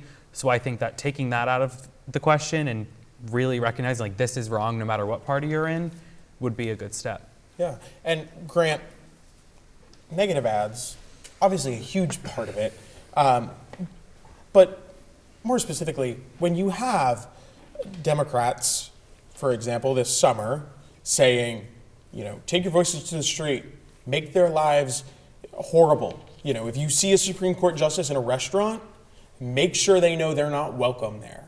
And when you have Republicans running ads the day after Nancy Pelosi's husband is attacked in his house that say, Nancy Pelosi's to blame for everything, what role do those two things play when you have leadership going out and literally telling people to make their lives hard, and when you have ads that are going and telling people that this person is bad?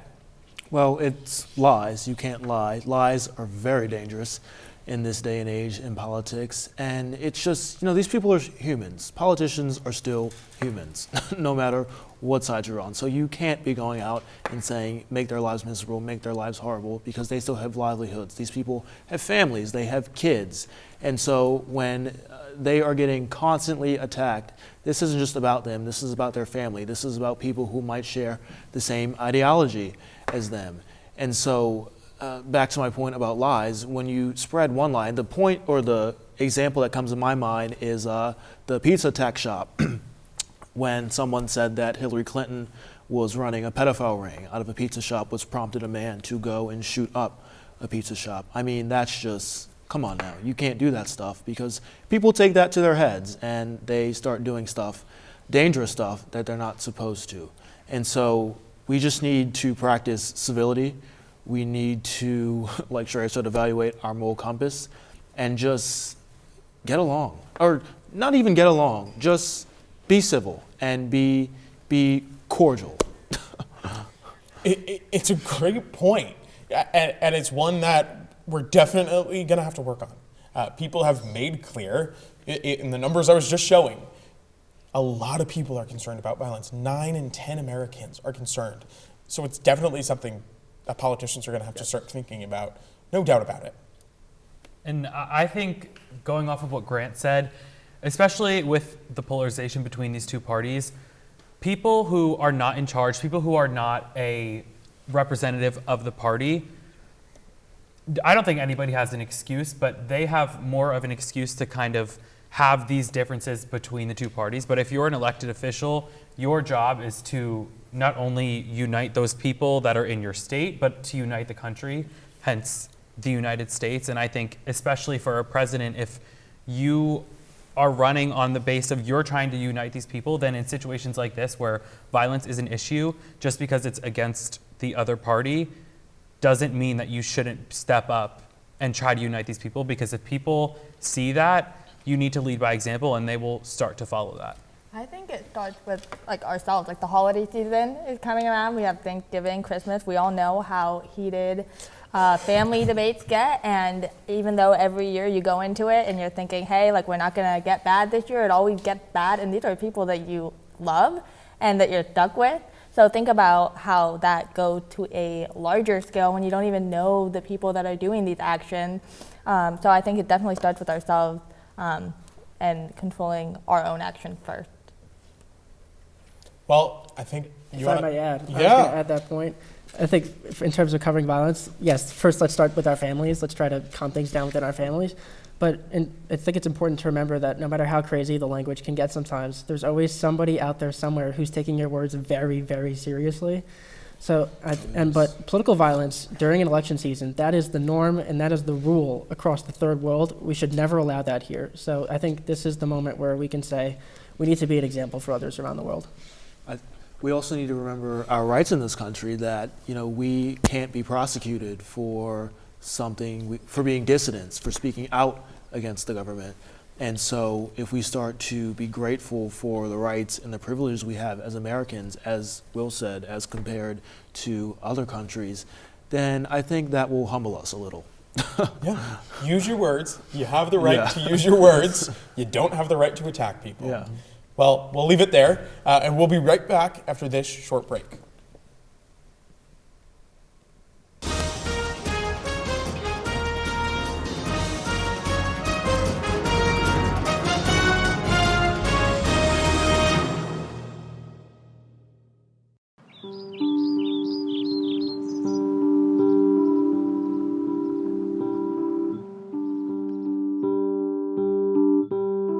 The lines stitched into highways, the never-ending seams, on roads that are less traveled, dividing you and me. I wish I could unravel the fabric in between to bring you close to me. Honda, the power of dreams.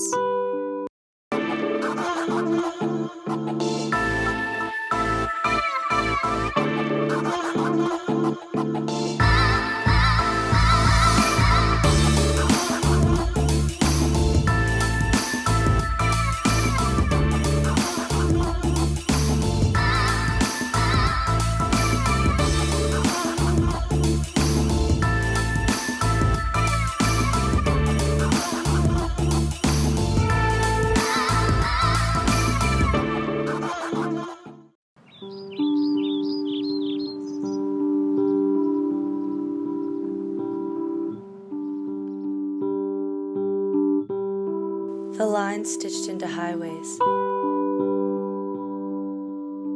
the never-ending seams, on roads that are less traveled, dividing you and me. I wish I could unravel the fabric in between to bring you close to me. Honda, the power of dreams.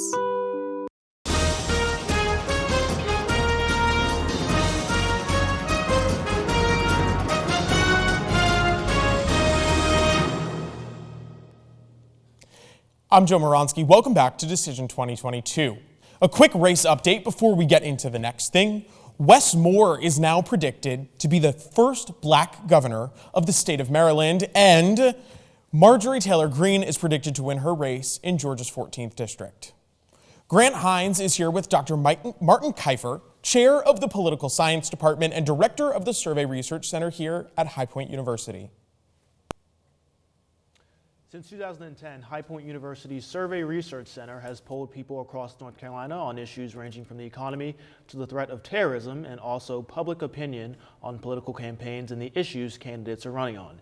Here with us now for our first interview is Dr. Martin Keifer, chair and associate professor of political science and director of the Survey Research Center. Dr. Keifer, how are you tonight? Great, thanks for having me. Yeah, so Joe talked a little bit about campaign finance a minute ago, and we'll get into that later. But first, the most recent HBU poll that was released on November 3rd found that inflation and the economy seems like the number one issue on people's minds. Can you explain a little bit about those findings? Yeah, sure. We've been finding it all fall. You know, we do multiple polls each semester, and we just are getting ready to do one for post-election that'll follow up on this. Yep. And we've been finding the economy, inflation, you know, those kinds of issues to be really high in terms of salience in people's minds, right? We think that that's going to affect their votes and maybe even why they get out to vote. Yeah, so in every category of consumer goods, people seems like they're paying more, but they trust in Republicans to handle the economy. Is this likely to favor Republicans running for North Carolina offices?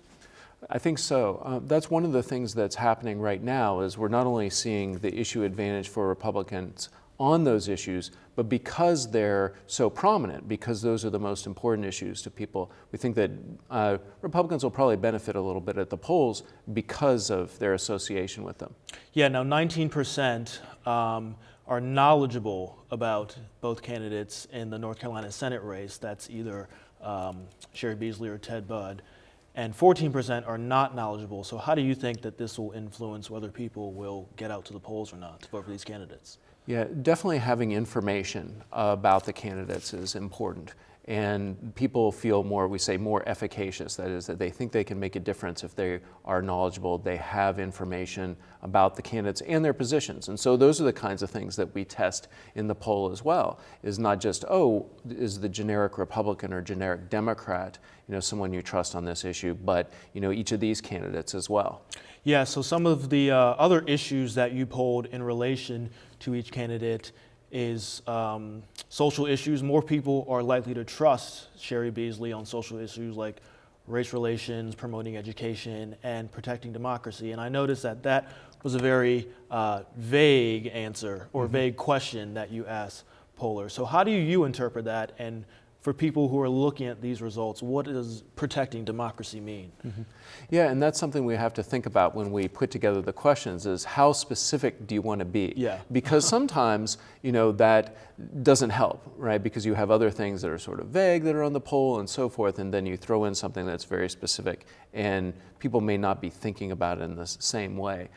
As far as protecting democracy, it could be a whole host of things. That there are procedural things that people think about in terms of the voting process, substantively, you know, whether or not they can trust the outcome of elections, and so forth. So, you know, we do leave it up to respondents to sort of fill those bottles themselves. It's like we ask, okay, you know, who do you trust on protecting democracy? They've got to think to themselves, well, what does that mean to me? And then of the two candidates, or, you know, in the case of just partisan issue ownership, you know, which of the parties do I trust more? Yeah, so on the topic of trust, North Carolinians trust more in Republicans on more prevalent issues like the economy, like we just discussed, but almost half of them approve of our current Democratic governor, Roy Cooper, which you have said before is normal. Can you expand upon that?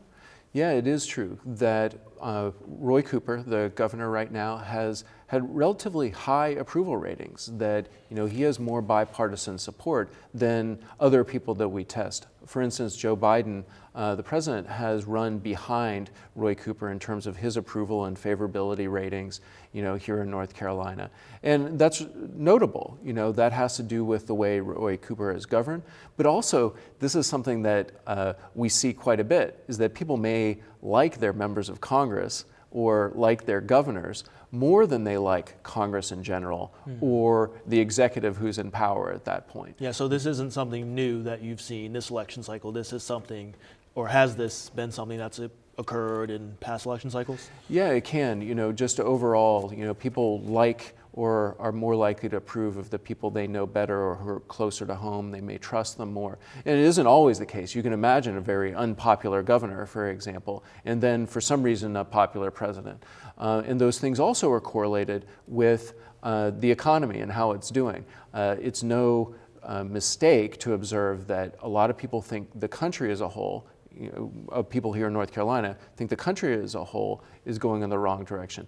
and they are not enthusiastic about the economy, and they don't have a very high approval rating for the president. A lot of those things are clustered together, and to some extent it doesn't matter whether it's Barack Obama who's president or Donald Trump. Those are the three presidents we've polled on since we've had the Survey Research Center Yeah, open. so despite the current president's party not doing as well in the midterms in Congress, is that not the case with governors? For example, when Donald Trump was president in 2020, but Roy Cooper was being reelected, he was obviously the more popular governor because he won. And so is that not the case? Is that only the case where we see that where the president's party is elected at the executive branch, but not so much in Congress? Do we not see that at the gubernatorial level? Yeah, I guess it gets a little complicated, right? Because there are some people who split their tickets, not as many as there used to be. Some people will vote for a Democratic governor in this case, or a Republican presidential candidate in the case of former President Trump. It's possible, right? We do sometimes see, people who do approve very strongly of a governor, or disapprove very strongly, and then, split up, their allegiance. Yeah. So moving on to the topic of campaign finance, I know you didn't do any polls this cycle specifically on campaign finance. You've done ones in past election cycles, but obviously more people are voting as the years progress. Campaign spending is increasing, and to put it in perspective, in the 2022 midterm cycle, Halloween candy was bought, or the amount of money spent on Halloween candy was just as much as spent on election cycles. So why do you think that is? Why are people investing more of their money into these campaigns?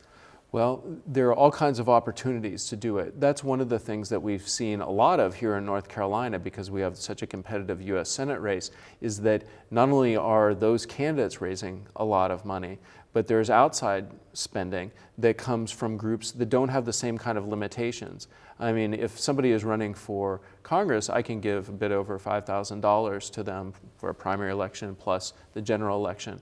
But if I've got a so-called super PAC where there's unlimited spending that they can do in an election, not contribute directly to the candidates, but promote a particular candidate or try and attack a candidate they don't like, then that increases a lot, like the figures that you see there. And we've seen that consistently over time, particularly since 2010, when a Supreme Court decision made it okay for people to create these kinds of so-called super PACs. Yeah, and to kind of tie everything together here, we talked about how inflation and money was a big issue a big concern among North Carolinians. Would you expect that campaign spending were to decrease? Obviously, we don't know what the economy is going to be like in 2 years for the next election cycle, but how do you predict campaign spending will go? I would predict that in the next election cycle, because it's a presidential election cycle, we may see it go up. Because presidential election cycles are even more intense in terms of the interests that people have. One of the things that we talk about in our classes sometimes is that it's actually my local elected officials who might affect my everyday life the most. But people really do focus on the president and then the race to replace him someday. Awesome. Well, with all the polls you've done this election cycle, we thank you for doing that. Is there anything that you wished that you had fielded to the people that you asked questions to, or maybe do you wish you had known an opinion of the people? You actually pointed one out, right? I feel a little bit embarrassed about that because we didn't do enough about campaign finance and look at people's views of all the money that's being raised and how it's being spent. To give you a little preview of what we're going to talk about, or we're going to ask people about after the election, we will ask them about the tone of the campaigns, whether they thought there was more mudslinging, in this race than in previous races, and then also talk about the tone of things, in Washington, D.C. D.C.? What do they expect, after the elections in terms of Democrats or Republicans working together? And I guess, just to go back to your original question, the presidential race in 2024 is likely going to be very hotly contested. I guess we don't know exactly who the candidates are going to be, but we do know that the stakes are going to be high. One way or another, we will have probably a unified government that will be in the balance. And so, both the political parties are going to work really hard to try and achieve that unified power or counteract what they're seeing from the other side. Yeah, it'll definitely be interesting to see how elections just keep growing and growing, and money in campaigns keep growing and growing, especially since the Supreme Court decision in 2010, which, opened the floodgates for campaign spending in a pretty big way. It's changed a lot. Yeah. Dr. Martin Kiefer joining us in studio today. Thank you so much. Now let's head back to the desk to see what our panelists think about these issues. Thanks, Grant. And the time is now 9:40 p.m., which means more polls have closed.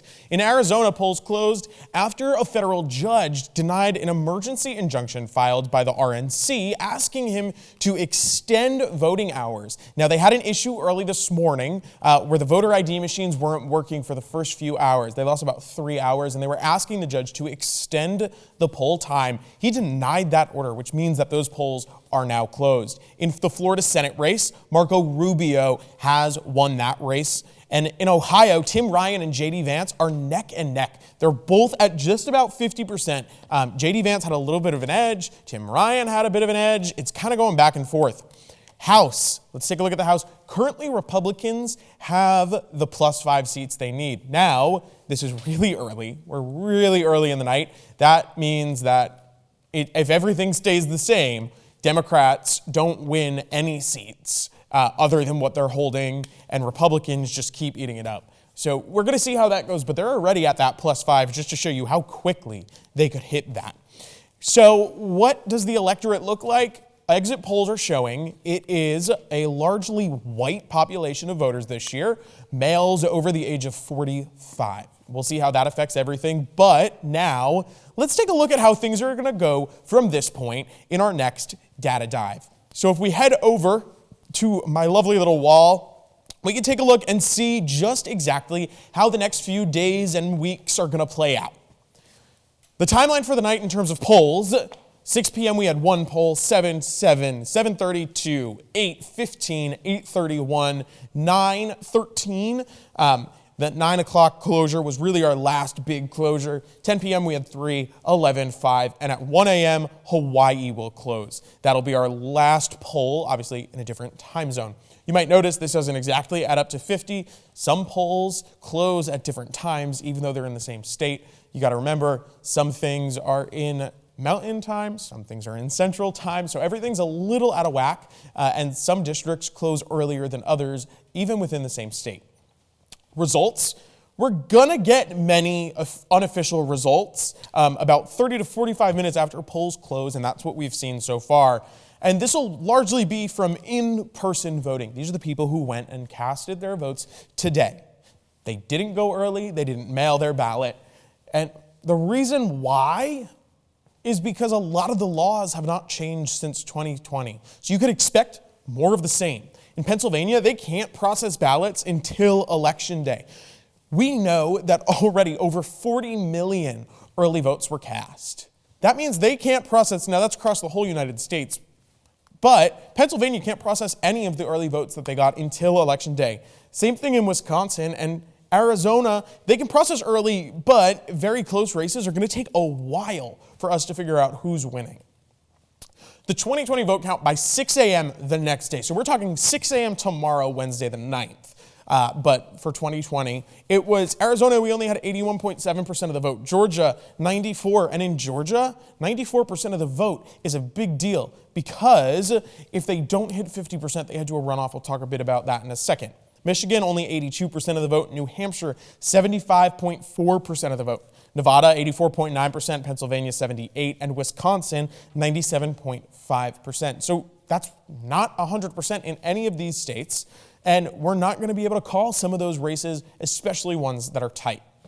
Recount rules in key states. In Arizona, it's automatic if there's a 0.5 difference, less than or equal to 0.5. Florida, same thing. Georgia, requests are allowed from candidates if less than or equal to 0.5. Michigan, automatic if 2,000 vote difference. Nevada, candidate can pay for it. And Pennsylvania, automatic if less than or equal to 0.5% difference. Nevada's the interesting one here. All these other states, the taxpayers pay for the recount. In Nevada, the candidate has to do it. We saw that most recently. One candidate requested a recount and still lost, but started a fundraiser and asked people to donate for her to pay for the recount. It didn't change the results, but that happened just in the primaries. So people are definitely trying, and they definitely take advantage of that. What happens if Georgia goes to a runoff? Well, it would go to a runoff if either of the two main candidates don't hit 50% of the vote. You need 50% of the vote, and being that there is a third-party candidate in the race, it is very possible that neither of these candidates hit 50% of the vote. That candidate could take it away, and then it would be a runoff between the two of them. We also could see the same thing in the Georgia's governor race. It is very up in the air as to what's going to happen there between Stacey Abrams and Brian Kemp. We're expecting Kemp to win, but the Georgia Senate race is really the one that this all could come down to. It could take weeks to find out who controls the Senate. They wouldn't have that runoff until early December. Control of the Senate, who knows? Vote reporting, we're definitely seeing it. We're going to see a lot of Republican votes come in at first. By nature, we know Republicans vote in person on Election Day. Those are the first ballots that often get reported. They're the easiest to report because they just have to hit a button and send it. However, early voting, mail-in ballots, absentee ballots, people can't process those right away. When they do process them and they send all of those numbers in, you'll see a large shift in the numbers towards Democrats. That is what causes these quote-unquote vote dumps that we hear so much about. It's not that votes are being literally dumped, it's that they are just importing the ballots that they couldn't count until now. So the last 2 years has been something else. So much has happened that at times it's hard to remember everything. Our Reese Harnett took a look back at the last 2 years and what important things might have happened that influence how people will vote today. The last 2 years have been filled with political events and milestones that have shaped the midterm elections. It all started in 2021 with the January 6th march on the Capitol by Trump supporters to stop the Electoral College vote. 2 weeks later, President Biden was sworn into office at his inauguration ceremony. Shortly after taking office, he signed a $1.9 trillion American Rescue Plan into law. In April, Biden announced withdrawal of all troops from Afghanistan, and by the end of August, all American troops were off the ground. In mid-November of 2021, President Biden signed the bipartisan infrastructure bill after efforts to link it with the Build Back Better plan stalled. As the calendar changed to 2022, things didn't slow down with Justice Stephen Breyer announcing his retirement from the Supreme Court in January. 3 months later, in April, Ketanji Brown Jackson was confirmed by the Senate to replace Breyer as the first black female member of the court. But before that, Russia invaded Ukraine in February, which has led to many NATO nations announcing sanctions against Russia, including the Biden White House. In early May, Politico published a draft of the majority opinion from the Supreme Court that overruled Roe v. Wade. Later, at the end of June, the court made its ruling in Dobbs v. Jackson Women's Health Organization that did in fact overturn Roe v. Wade. Interesting. In May, John Fetterman suffered a stroke just days before he was named Pennsylvania's Democratic Senate nominee in the primary. May of 2022 also included 2 gun-related tragedies as 10 people were killed at a Buffalo supermarket in what appears to be a racially motivated attack, and 19 children and 2 adults were killed at an elementary school in Uvalde, Texas. As a result, in June, President Biden signed a bipartisan gun bill that improved background checks and provided grants for states to implement red flag laws. Also in June, inflation continued to rise as some places gas prices reached $5 a gallon, and the Fed raised interest rates by 0.75%. Yes. On August 8th, the FBI executed a search warrant of former President Donald Trump's Mar-a-Lago home in a search related to the National Archives. 3 days later, in retaliation of the search, a Trump supporter attacked an FBI building with a nail gun. To wrap up the month of August, Biden announced student loan forgiveness of up to $10,000 for certain borrowers and up to $20,000 for Pell Grant recipients. In September, Florida Governor Ron DeSantis sent 50 immigrants who had been initially sent to Texas and then to Florida to Martha's Vineyard in what many commentators call a political stunt. And then, at the beginning of last month, reports came out from the Daily Beast that Georgia Republican Senate nominee Herschel Walker urged a then-girlfriend to get an abortion in 2009. This comes after Walker has repeatedly been opposed to access to abortion. According to a Reuters poll on Monday, President Biden's approval rating has dropped to 39% ahead of this evening's midterm elections. For HBO All Access, I'm Reese Arnett. Welcome back. So, guys, that was a lot of stuff that happened in 2 years. I don't know about you, but I forgot that some of that stuff happened in the last 2 years. It feels like it was so long ago.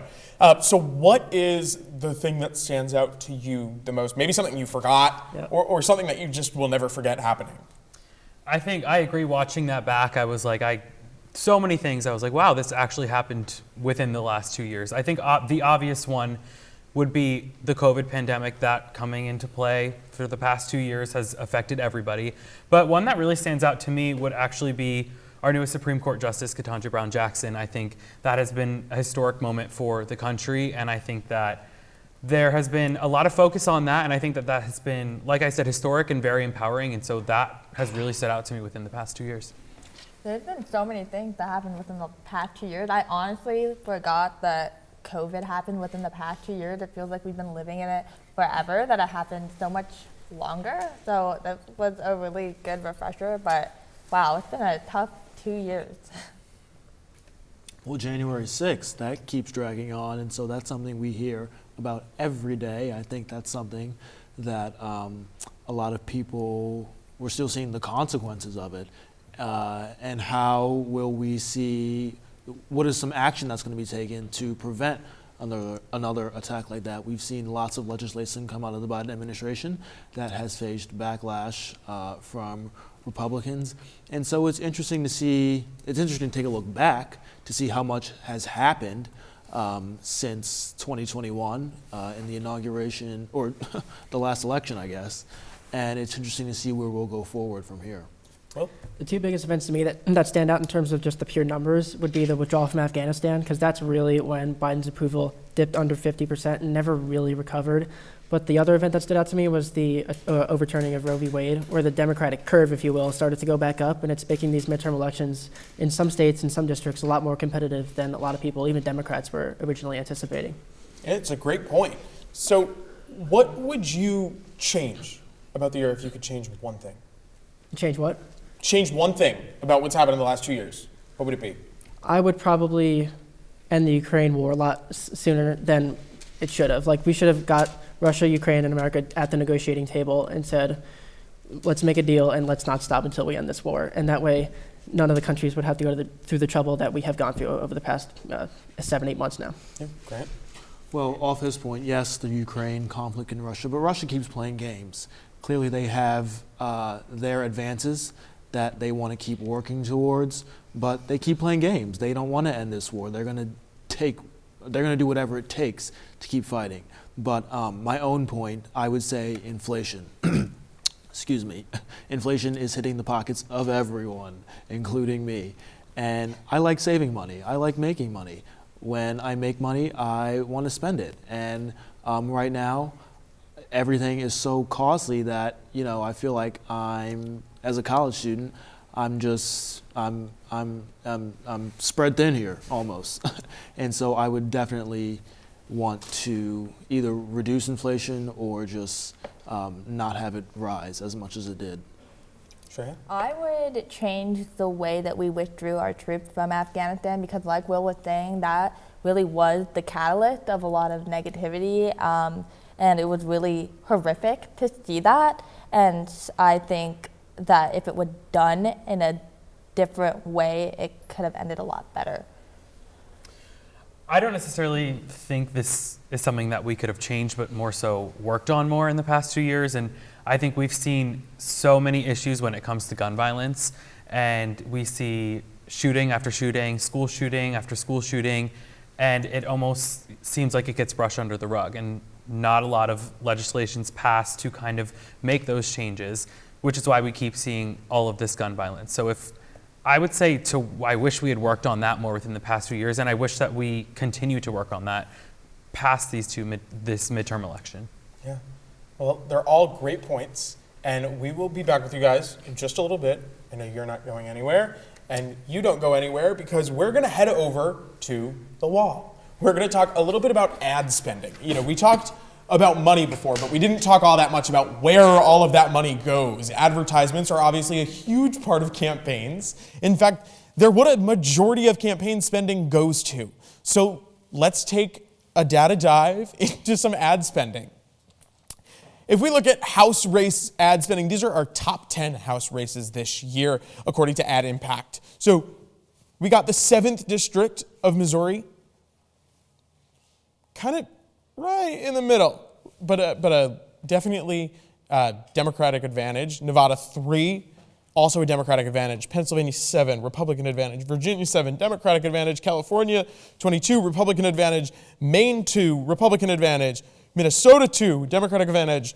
New Hampshire 1, Republican advantage. California 47, Democrat. Pennsylvania 17, Democrat. So we're really all over the place. Republicans have the advantage in some races, Democrats in others. What about the Senate? Let's take a look.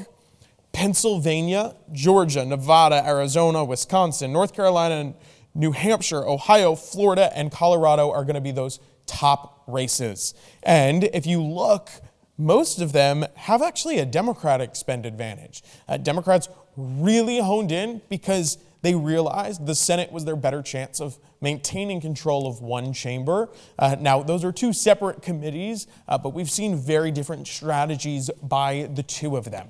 Well, what are these ads about? We've got ads about the economy, abortion, threats to democracy, guns, jobs, crime, immigration, and a lot on Nancy Pelosi and Joe Biden. Those ones are interesting, but right now we're going to take a look at ads about the economy. They are hitting Democrats where it hurts, talking about all of the money that they are spending with their control of Congress, and Democrats are hitting Republicans, saying that they're only helping the 1%. So let's take a look at some ads about the economy. We need Seth Magaziner. He supported a tax break for my luxurious new ride. And the COVID money that bailed out my ski resort. Look, crippling inflation isn't ruining my vacation. Magaziner even backed middle-class tax hikes to pay for it. It's all on the taxpayers' dime.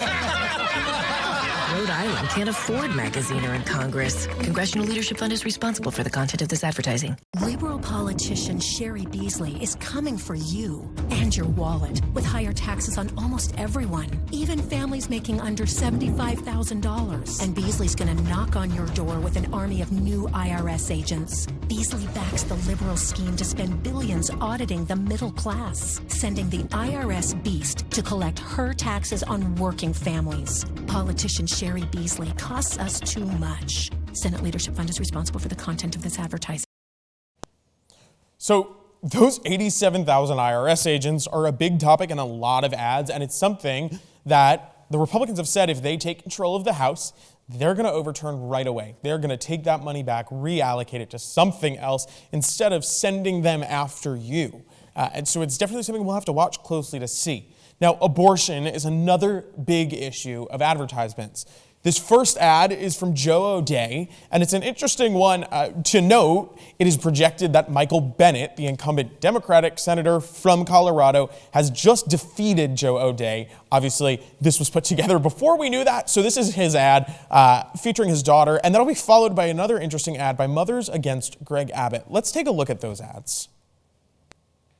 I'm Joe O'Day's daughter. My dad's not a politician. I'm an outsider, not a politician. I'm a contractor, not a slick talker. He's a different kind of Republican, too. My dad supports a woman's right to choose. O'Day is running as a pro-choice candidate. O'Day supports a woman's right to choose early in pregnancy. For the first 5 months, that should be a woman's decision between her and her doctor. My Joe O'Day, will work with anyone to get America moving forward again. I'm Joe O'Day, and I approve this message. I read there are babies that totally need homes, so I'd love to adopt one. Legally, we can't adopt anyone under the age of 21. Well, if science says I'm old enough to have a baby, I should be able to adopt one, am I right? No, you're wrong. Do you have proof of income? Oh, does Tooth Fairy money count? See, you still believe in the Tooth Fairy. How you gonna have a baby? Excuse me? Do you know where the abortion clinic is? Sweetie, I'm sorry, but they all closed.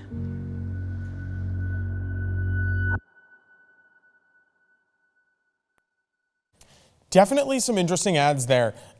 Total opposite approaches.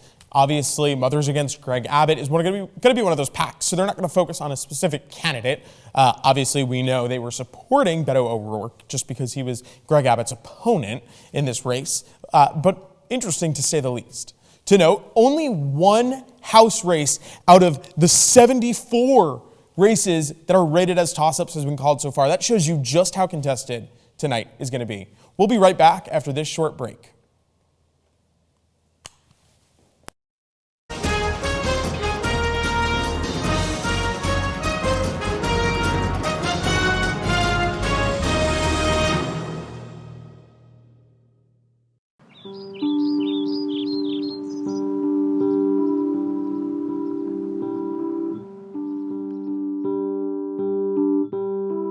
The lines stitched into highways, the never-ending seams, on roads that are less traveled, dividing you and me.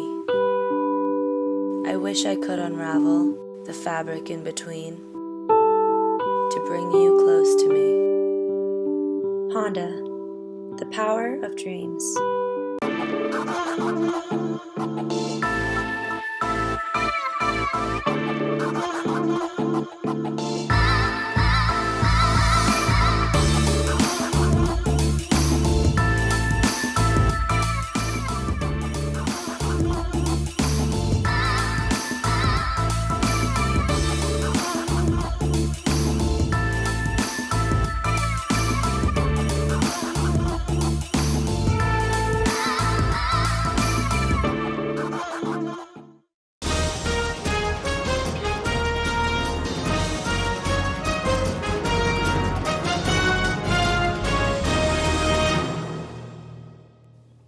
Welcome back to Decision 2022. I'm Joe Maronski. In the last few minutes, the state of Maryland has legalized marijuana for those over 21.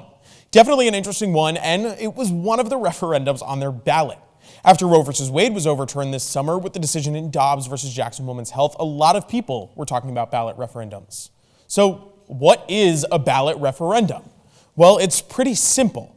It's an initiative placed on the ballot in a state which allows the people to vote directly on policy, usually through state constitutional amendments. This election cycle, there are at least 164 ballot initiatives and referendums, ranging from abortion rights to voter ID laws. Let's take a deeper dive into this all. Why use a referendum or an initiative? Well, first and foremost, it gives people the power. It lets them make that choice, and it can also pass things that a legislator might not have otherwise been able to pass. A lot of times, states are red. They have a red legislator, they have a red senator and red representatives, but they might have a city that only gets one representative, and therefore they're blue. That city would be blue, but they're red in reality.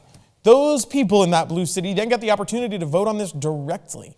Additionally, there could be things that certain members of the legislature, Congress, can't vote yes or no on because of the money that they get from lobbies. But when you put it to the people, they can vote the way that they want. It also allows for constitutional amendments, and sometimes that's the only way to pass a constitutional amendment according to your state constitution. So who does them? Well, 21 states allow initiatives, and 23 allow referendums. 18 of these states have initiatives enshrined in their constitution. It wasn't a law, it was there from the beginning. Really not that many when you think about it, not even half of the states let that happen. Some of them direct initiatives, some of them indirect. A direct initiative allows voters to put something directly on the ballot and vote directly on it. Very simple. If it passes, it passes. Whereas indirect initiatives allows voters to put something on the ballot which then gets sent to the legislator. So it's a little bit more tricky with indirect initiatives. 2 states, Alaska and Wyoming, require the initiatives to be placed after the legislative session ends, and Mississippi's process is actually invalid at the moment. There was a constitutional clause that said you needed signatures from all 5 of the congressional districts. Well, in 2000, due to redistricting, they lost a congressional district, and now they only have 4. So they can't possibly get signatures from 5 congressional districts when only 4 exist. That's in the process of being rewritten, but at the moment, it's illegal there. Some key referendums for the night. In Arizona, there's a referendum to increase voter ID requirements and legalize marijuana. You're going to see legalized marijuana throughout this list. If you look down at Colorado, it's a little different. They legalized marijuana way back a couple years ago. Now they're looking to legalize psychedelic plants and fungi, in other words, mushrooms. In Maryland, like I said, just legalized marijuana for people over 21. Missouri's trying to legalize marijuana. We've got North Dakota attempting to legalize marijuana, South Dakota attempting to legalize marijuana. The other top issue you see on referendums is going to be abortion. In California, they're looking to enshrine the right to abortion in their constitution. In Iowa, they're not looking to do that, but they're looking to do another constitutional amendment to say that, hey, you have the right to keep and bear arms. Now, obviously, we all know that's in the Second Amendment, but it's not in their state constitution yet. Kentucky is actually voting to remove the right to abortion. It is in their constitution, and a lot of these states that have it in their constitution already, they didn't realize it was in there. It was their state Supreme Courts that realized this. It falls under a privacy clause, the right to privacy, and that is what the courts have said gives people abortion rights. Now, we obviously know our United States Constitution doesn't have a right to privacy. The Supreme Court overturned Roe versus Wade, but state constitutions seem to be more likely to have a right to privacy by inputting a clause that specifically says you do not have the right to abortion. Kentucky hopes to avoid that. That's just a few of the many referendums tonight, and the Kansas abortion referendum from this summer is a perfect example of what can happen. There was an initiative placed on the ballot looking to remove the right to abortion from their constitution, similar to Kentucky tonight. Now, it was placed on the primary ballot because it was just the one that they did. Interestingly, though, we know voter turnout in primary elections is going to be lower, and in Kansas, it's a very red state, not many blue voters, which means that they really don't have many blue primaries. Most of those Democratic candidates are running unopposed, so they don't need to have a primary. They were hoping that this would help potentially, or at least the group that was advocating for the yes vote was hoping that this would help them. It turned out not to. 59% of the vote was to no, which meant they did not want to say there was no right. It was a very poorly worded initiative. Seems like it would be a double negative, very confusing initiative. In fact, some reporters that were on the ground in Kansas were talking to people the day of who left and said, wait, I didn't mean to vote that way. So a very interesting dynamic there. We'll see a little bit more about how all of these referendums play out. It's definitely going to be interesting, and we'll have to see if more states begin to adopt it. But we'll head back to the panel to talk a little bit more about referendums and the process forward. Guys, why use a referendum? I mean, we obviously saw there's a lot on the ballot tonight, and they're for hot button issues. We're not seeing referendums for little things. We're seeing the big things. Will, what do you say? Well, the way our system currently works is we don't actually directly make laws, we just vote for those who do. So I think referendums give us a unique opportunity to just every once in a while make choices for ourselves, put something on the ballot that we want to see enacted, and just make that change. It's a great point. Grant? Yeah, referendums are, I love referendums because, like Will said, they give people a direct voice in making laws. In 2012, Maryland, who initially passed the same-sex marriage allowance, then took it to a referendum to say, hey, do we really want to codify this into law? And the people did. They codified same-sex marriage into law. So referendums work because they allow people to directly vote for an issue. And that goes back to my point that I made earlier in the show, that this is why it's important to vote in these local elections. Congress and the president do not determine everything in this country. Referendums that are at the state level and the local level, they determine. If you like smoking weed in Maryland, vote. Go out and vote in these local elections because it matters for stuff like that, for stuff that you actually care about, day-to-day stuff. Yeah, it's a great point. Shreya, do you think we'll see more states start to maybe add referendums? Yeah, and I think it's really interesting to see Maryland, they just legalized marijuana, but other states such as Colorado, Michigan, they did that years ago. So it's really interesting to see what states add what onto the ballot and what is important to them. Riley, do you think more states should add referendums? I do. I think it allows for kind of more personalized and more specific issues that some people, obviously we have bigger ones like abortion in this election, but we have smaller ones too. Like in California, there's referendums about sports betting. So not everybody might care about sports betting, but there are people that are passionate about it, and this is giving them that chance to vote on whether sports betting should be allowed in certain places or should be allowed in certain ways, whatever that may be. And so I think that there should be more referendums, whether it's for bigger issues like abortion or for more personalized issues that people are passionate about. And one more thing that I want to bring up, not only can people vote on referendums, they can bring them up. So if they have an issue that they want to see changed in their state, they need to get however many signatures they need, take it to their legislator, and that issue can be on the ballot. So I don't think democracy can get any more direct than this. It's a great point. You know, we have a representative democracy. We elect people to represent us, and this is the definition of a direct democracy. But I'll ask each of you, what's the initiative you're watching tonight? What on that list, or out of the 164 initiatives, what are you looking out for? We'll start with you. I'm mostly concerned, I'm going to be focusing on the abortion question. See what states, it looks like California, maybe Michigan, they're going to go and legalize it. But I'm very interested in Kentucky to see if they go the Kansas route and say, even though it's a red state, maybe the majority of voters will say, no, I don't really want that, or maybe they do. We'll see what happens. For me, it's voter ID laws. Election security was something that polled very high among the issues that voters are concerned about in this election. So we'll see how many states, or we'll see the states that are putting referendums on the ballot about voter ID laws. We'll see, is that going to be codified in the law? Will you have to show your ID at the polls? And how many states may follow by putting voter ID laws in the referendums in 2024, perhaps. Yeah, Shreya? I'm with Will. I'm looking at the abortion, especially in my home state of Michigan, Proposal 3.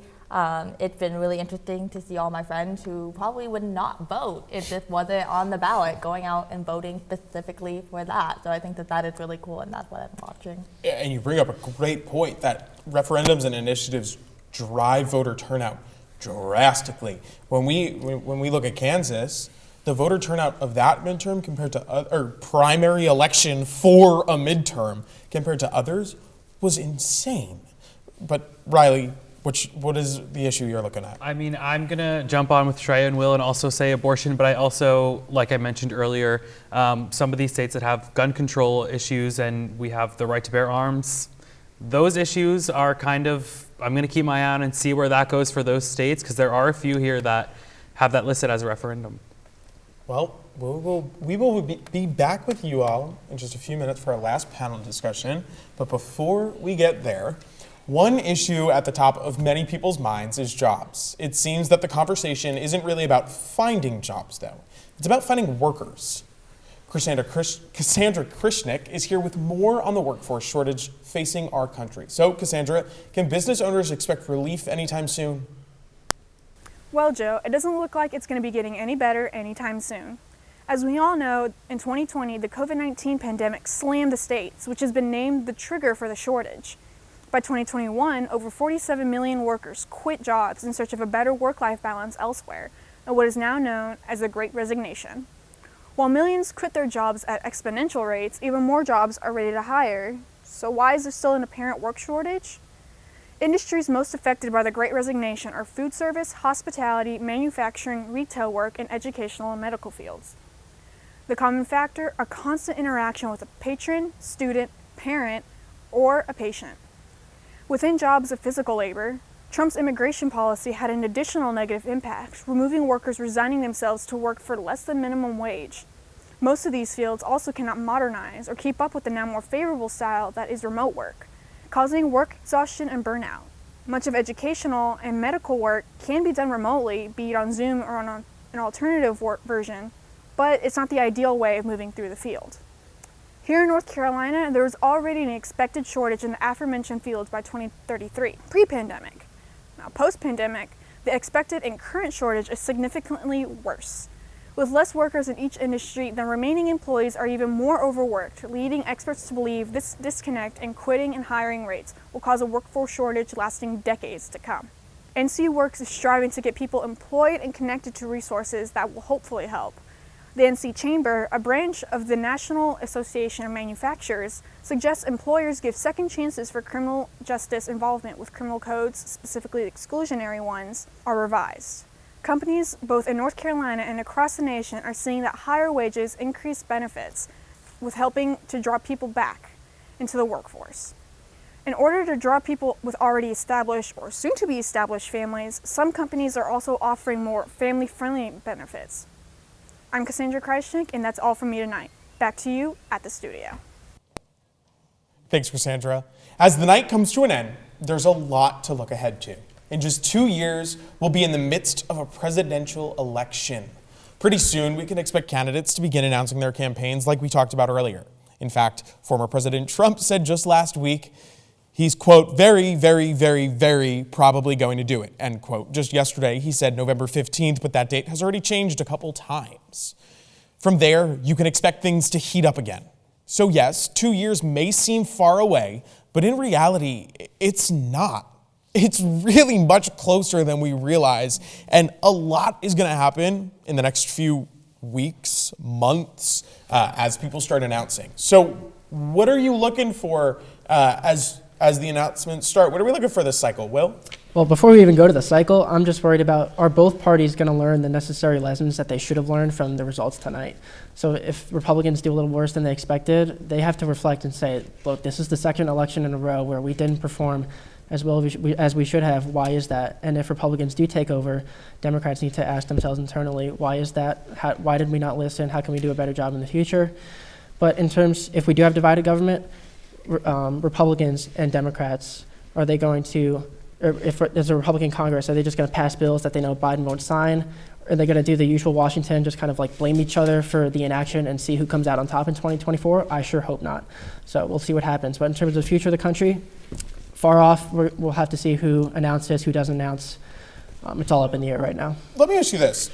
What constitutes, and Grant, I want you to chime in here as well, what constitutes a good night for Republicans tonight? Now, Biden has lower approval ratings than Trump and Obama, but it's projected, those presidencies, we're looking at 40, 60 seat losses in the House. But it's only projected for about 20 seats to flip tonight. So what constitutes a good night? What constitutes a great night for Republicans tonight? If you're talking 20 House seats tonight, I think that's a pretty good night for Republicans because back in 2020, they won 14 or 15 seats in the House, even though Democrats still kept the majority. They still made some grounds to where they were back in 2019. So it looks like they will retake the House majority in terms of the Senate. If it turns out that they do win one seat, I think that's a pretty good night for Republicans. They can't complain about that because they'll have control of the chamber. But if not, if it stays at 50-50 or maybe the Democrats gain one, that still won't be the worst outcome because they'll have a better chance of taking it in 2024 depending on who Republicans will put up for president. Grant, do you agree with that? I know we're seeing some early exit polls showing that Democrats actually have the advantage with independent voters in Senate races. So only time will tell how that will play out. But do you agree with that assessment? Well, yeah, I think at the end of the day, it's about where are they going to get the most power? Are they going to get power, period? And they've got the 5 they need now. How much more are they going to get? Or, how is the dynamic going to change from here? So if they've got the House, they've got the Senate. I mean, the Senate they can get easily. They only need 1 seat. And so it's about that power dynamic. How much power are they going to get?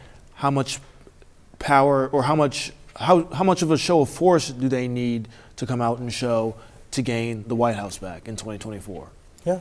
Well, I have something to add to that. Oh, yeah. To your point, it's really interesting that you tried to correlate Biden's approval rating with seats, and I think that in this election, especially the issues that are on the ballot are so important that the approval rating almost doesn't matter. So it'll be interesting to see how that translates. That's a great point. Does the what this night is about change based on the time we're in? You know, historically, the midterms have been a referendum on the party in power. Is it a referendum on issues now? I mean, I think it is a referendum on issues now, just because of the fact that these issues, yes, they are related to the person in power, but they aren't really going to change if that's the approach that we take. If we take these referendums and go right for that issue, and instead of trying to take that leap and go for the person in power, we might see more of an impact. Yeah. Well, Yes, and just in terms of tradition, you'll see in a midterm election, the incumbent party will always suffer, but the incumbent president will usually gain a second term. Like Trump and George H.W. Bush were the outliers. They got one term only. Mm-hmm. But usually the tradition is one party will get in charge, they'll suffer losses in the midterms, but they'll come back in 2 years and keep the White House. But I think that we are starting to gradually move away from that sort of tradition where results in 2 years from now are very much up in the air. Well, speaking about 2 years from now, let's play a little fun game. What your guess is? Who's running for president on both sides of the aisle? 2 years, who wants to go first? I'll go first. Okay. I think it's going to be Ron DeSantis and Joe Biden. Ron DeSantis, Joe Biden. Well, look, Trump and DeSantis, they're kind of neck and neck right now, at each other's necks right now. Trump knows how to energize his base. He knows how to get his people to come out. So if he were to run, he has a strong chance.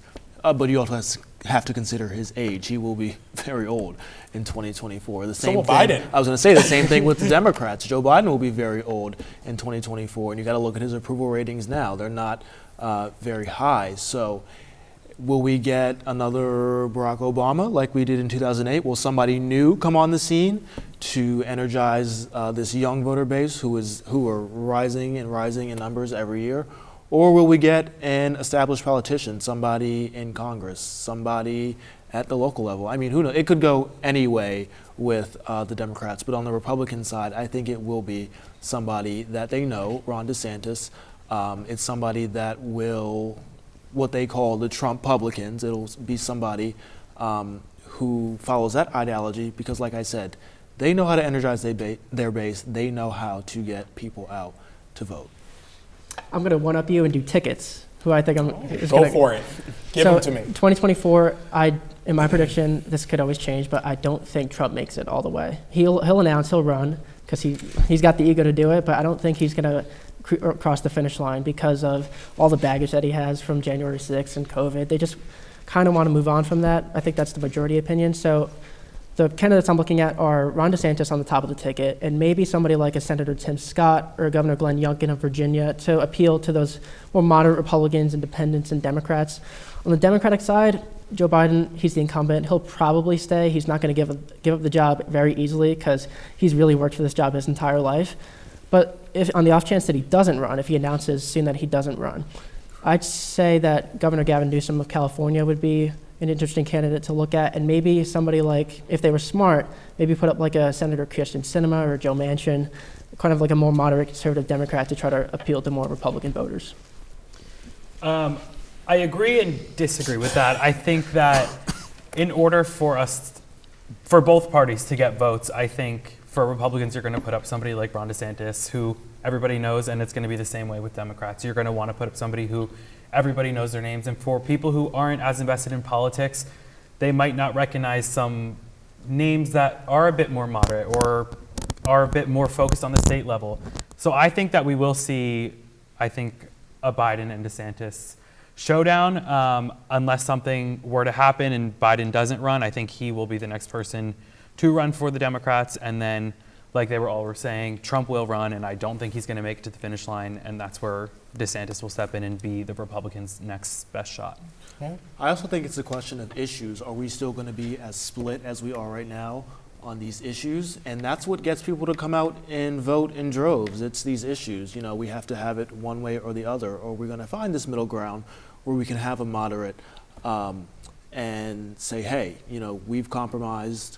We have put our we've kind of collected our resources here, and we're willing to settle, just like how Democrats are willing to settle for Biden in 2020. Are we going to have to settle again, or are we going to find a candidate who's willing to reach that middle ground? And I think the big thing is, again, like we said, age. Trump, Biden, both very old white men, and I don't know if they have the stamina to keep going. So that'll be really interesting, especially on the Democrat side, since he is the one that holds the power right now of what he will do and if he will endorse someone. Well, only time will tell. We have a lot of watching to do over the next few weeks and months.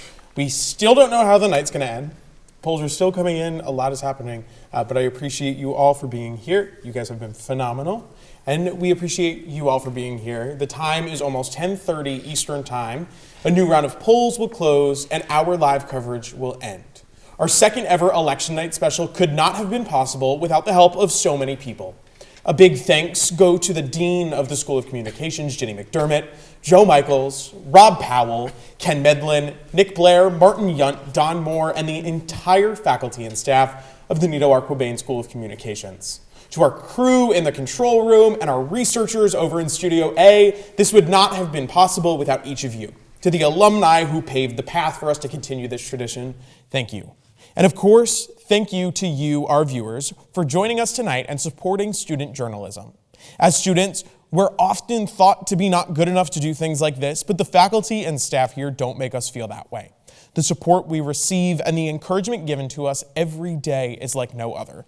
So, support student journalists, and remember that journalism is important, journalism is key, and as Philip L. Graham said, journalism is the first rough draft of history. Have a good night, everybody.